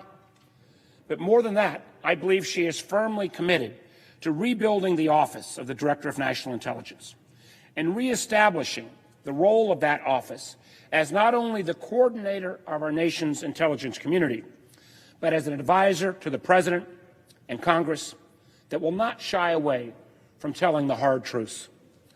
Since Ms. Haynes was nominated for this role by President Biden, I spent a fair amount of time talking to her about her future as the Director of National Intelligence and the enormous job that she'll be taking on.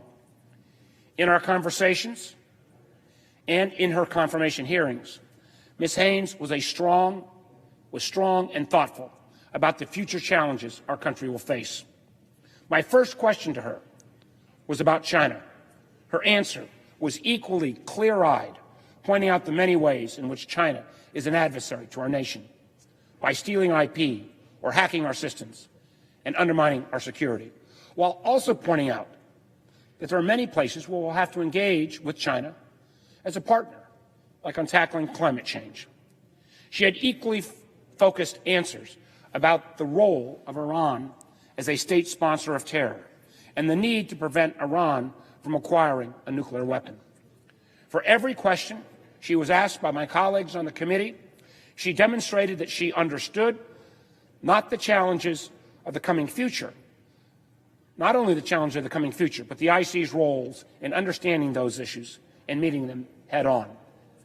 I've also been impressed from the beginning and continue to be impressed by her understanding of the important role of the DNI and the IC and her commitment to making sure that the IC tells policymakers what they need to hear, not only what they want to hear. The last 4 years have been hard on the intelligence community. You only have to read a newspaper or turn on a TV at some point to know that. Since the 2016 election, the IC has faced false accusations of trying to undermine the then president and seen many of their leaders fired for simply doing the right thing, speaking truth to power. It should surprise no one that all of this has led to some damage within the IC, particularly to morale. I believe that Avril Haines is the right nominee to repair this damage. She will support the men and women of the IC and protect them from political pressure. She will insist that they tell us their best analysis and not shy away from telling decision makers that their cherished beliefs are wrong. She will insist on telling truth to power. Ultimately, this is why I urge my colleagues to send a strong message of support for the men and women of the IC and to support Avril Haines for D&I. She is capable, qualified, and will undertake its serious responsibilities with a clear-eyed sense of promise. Thank you. And with that, I yield the floor.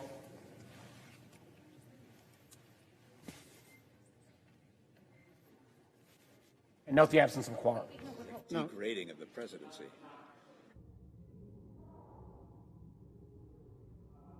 Consent to yield back all time. Objection. The question occurs on the nomination. Ask for the yeas and nays. Is there a sufficient second? There appears to be. The clerk will call the roll. Ms. Baldwin.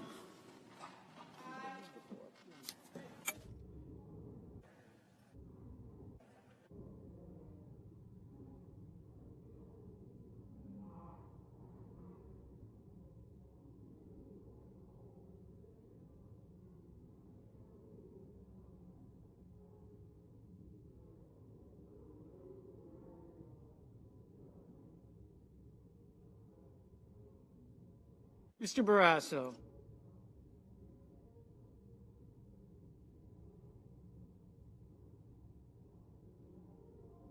Mr. Bennett.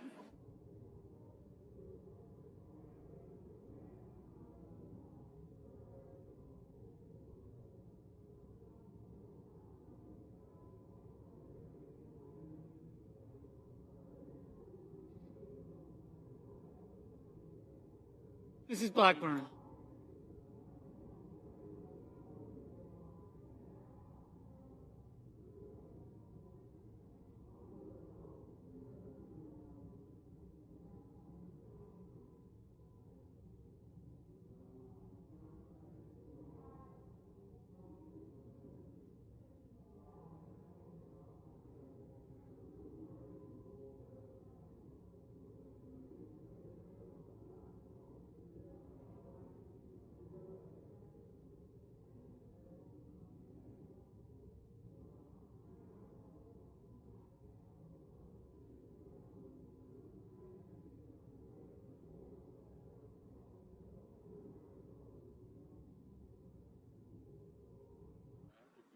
Mr. Blunt. Mr. Booker. Mr. Bozeman. Mr. Braun.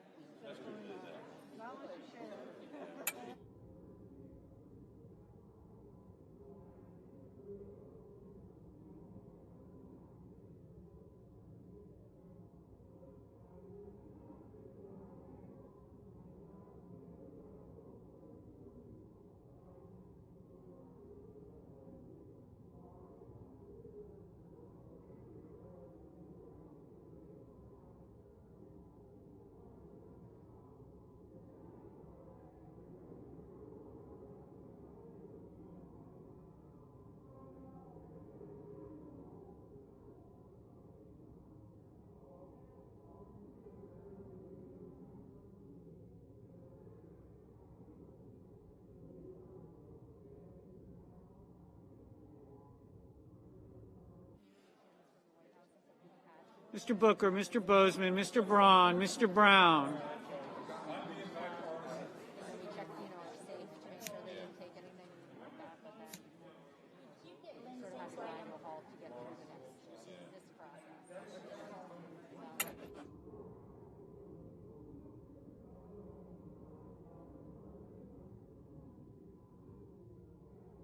Ms. Cantwell, Mrs. Capito, Mr. Cardin, Mr. Carper, Mr. Casey, Mr. Cassidy, Ms. Collins, Mr. Coons, Mr. Cornyn, Ms. Cortez Masto, Mr. Cotton, Mr. Kramer, Mr. Crapo, Mr. Cruz, Mr. Daines, Ms. Duckworth, Mr. Durbin, Ms. Ernst, Exactly. Have a good night. That's true.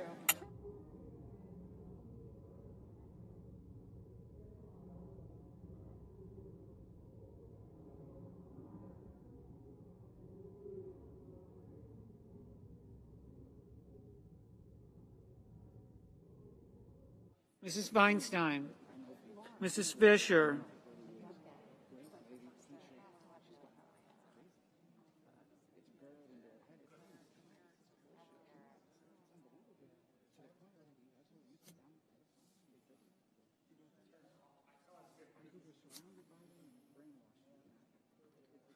Mrs. Gillibrand,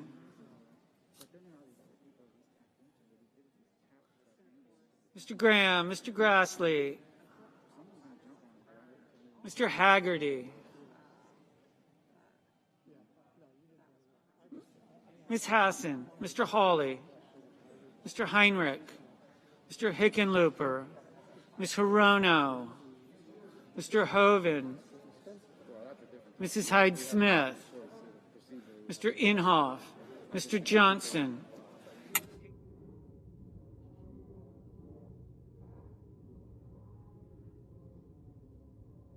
Mr. Johnson,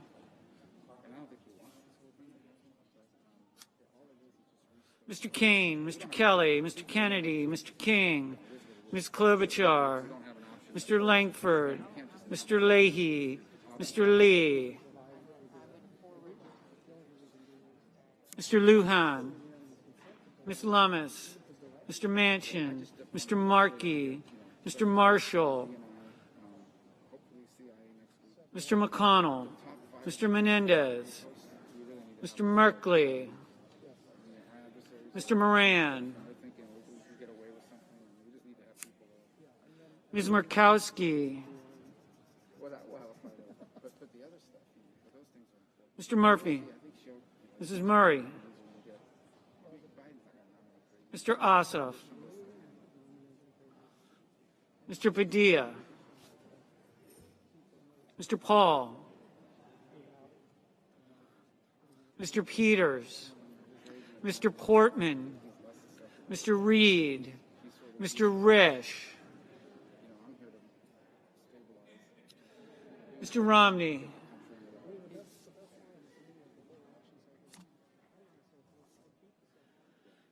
Ms. Rosen, Mr. Rounds, Mr. Rubio, Mr. Sanders, Mr. Sass,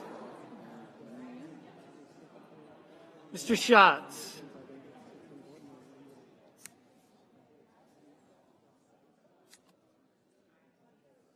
Mr. Schumer, Mr. Scott of Florida, Mr. Scott of South Carolina,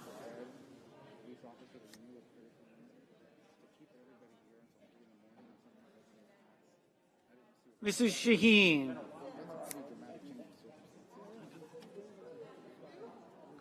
Mr. Shelby, Ms. Sinema, Ms. Smith, Ms. Stabenow, Mr. Sullivan, Mr. Tester, Mr. Thune, Mr. Tillis,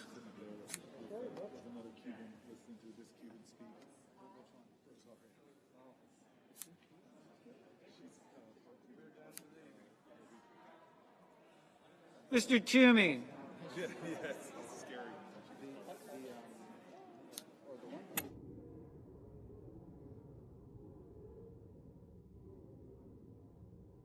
Mr. Tuberville,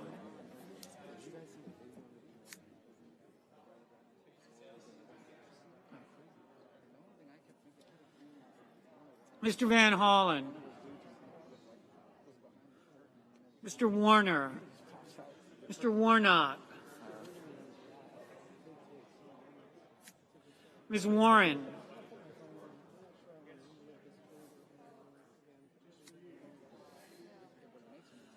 Mr. Whitehouse, Mr. Wicker, Mr. Wyden, Mr. Young.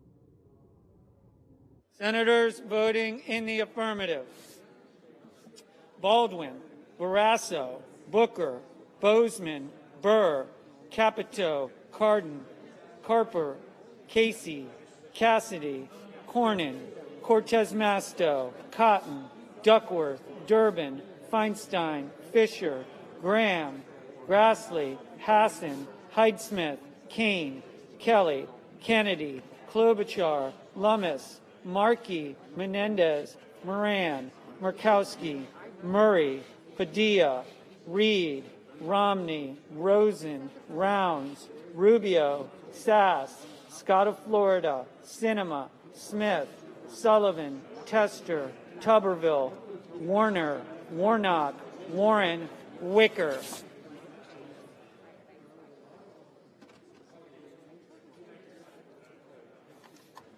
Mr. Lankford, aye.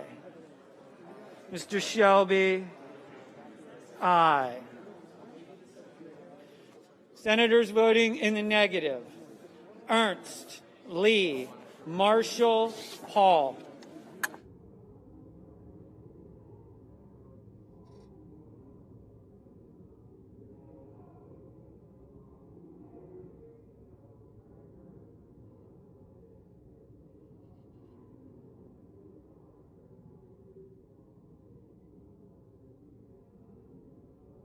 Mr. Inhofe, aye.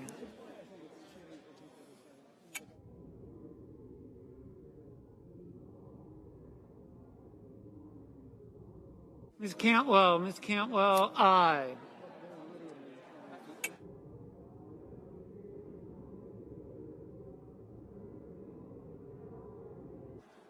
Mr. King, aye.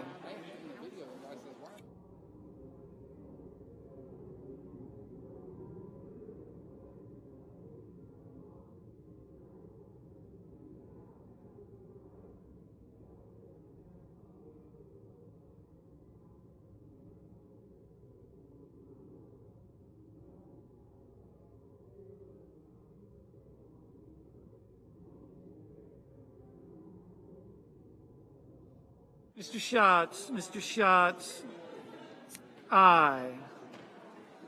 Mr. Schumer, aye.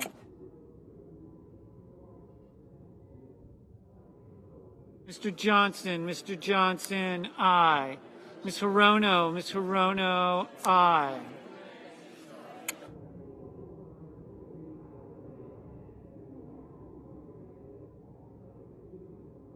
Mr. Leahy, aye.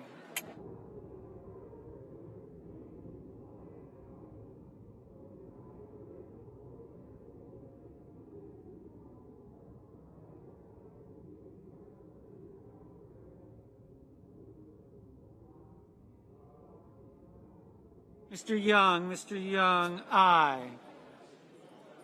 Mr. McConnell, aye. Mr. Coons, aye. Mrs. Blackburn, no.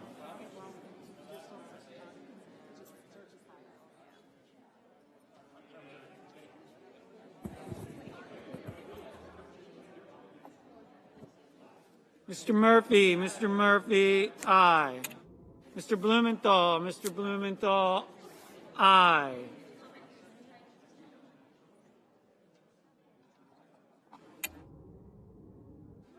Mr. Lujan, aye.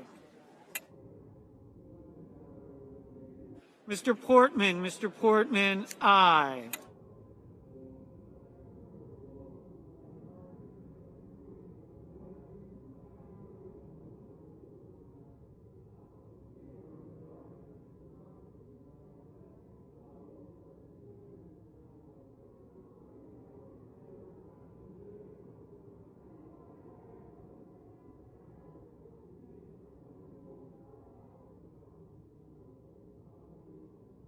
Mr. Wyden, aye.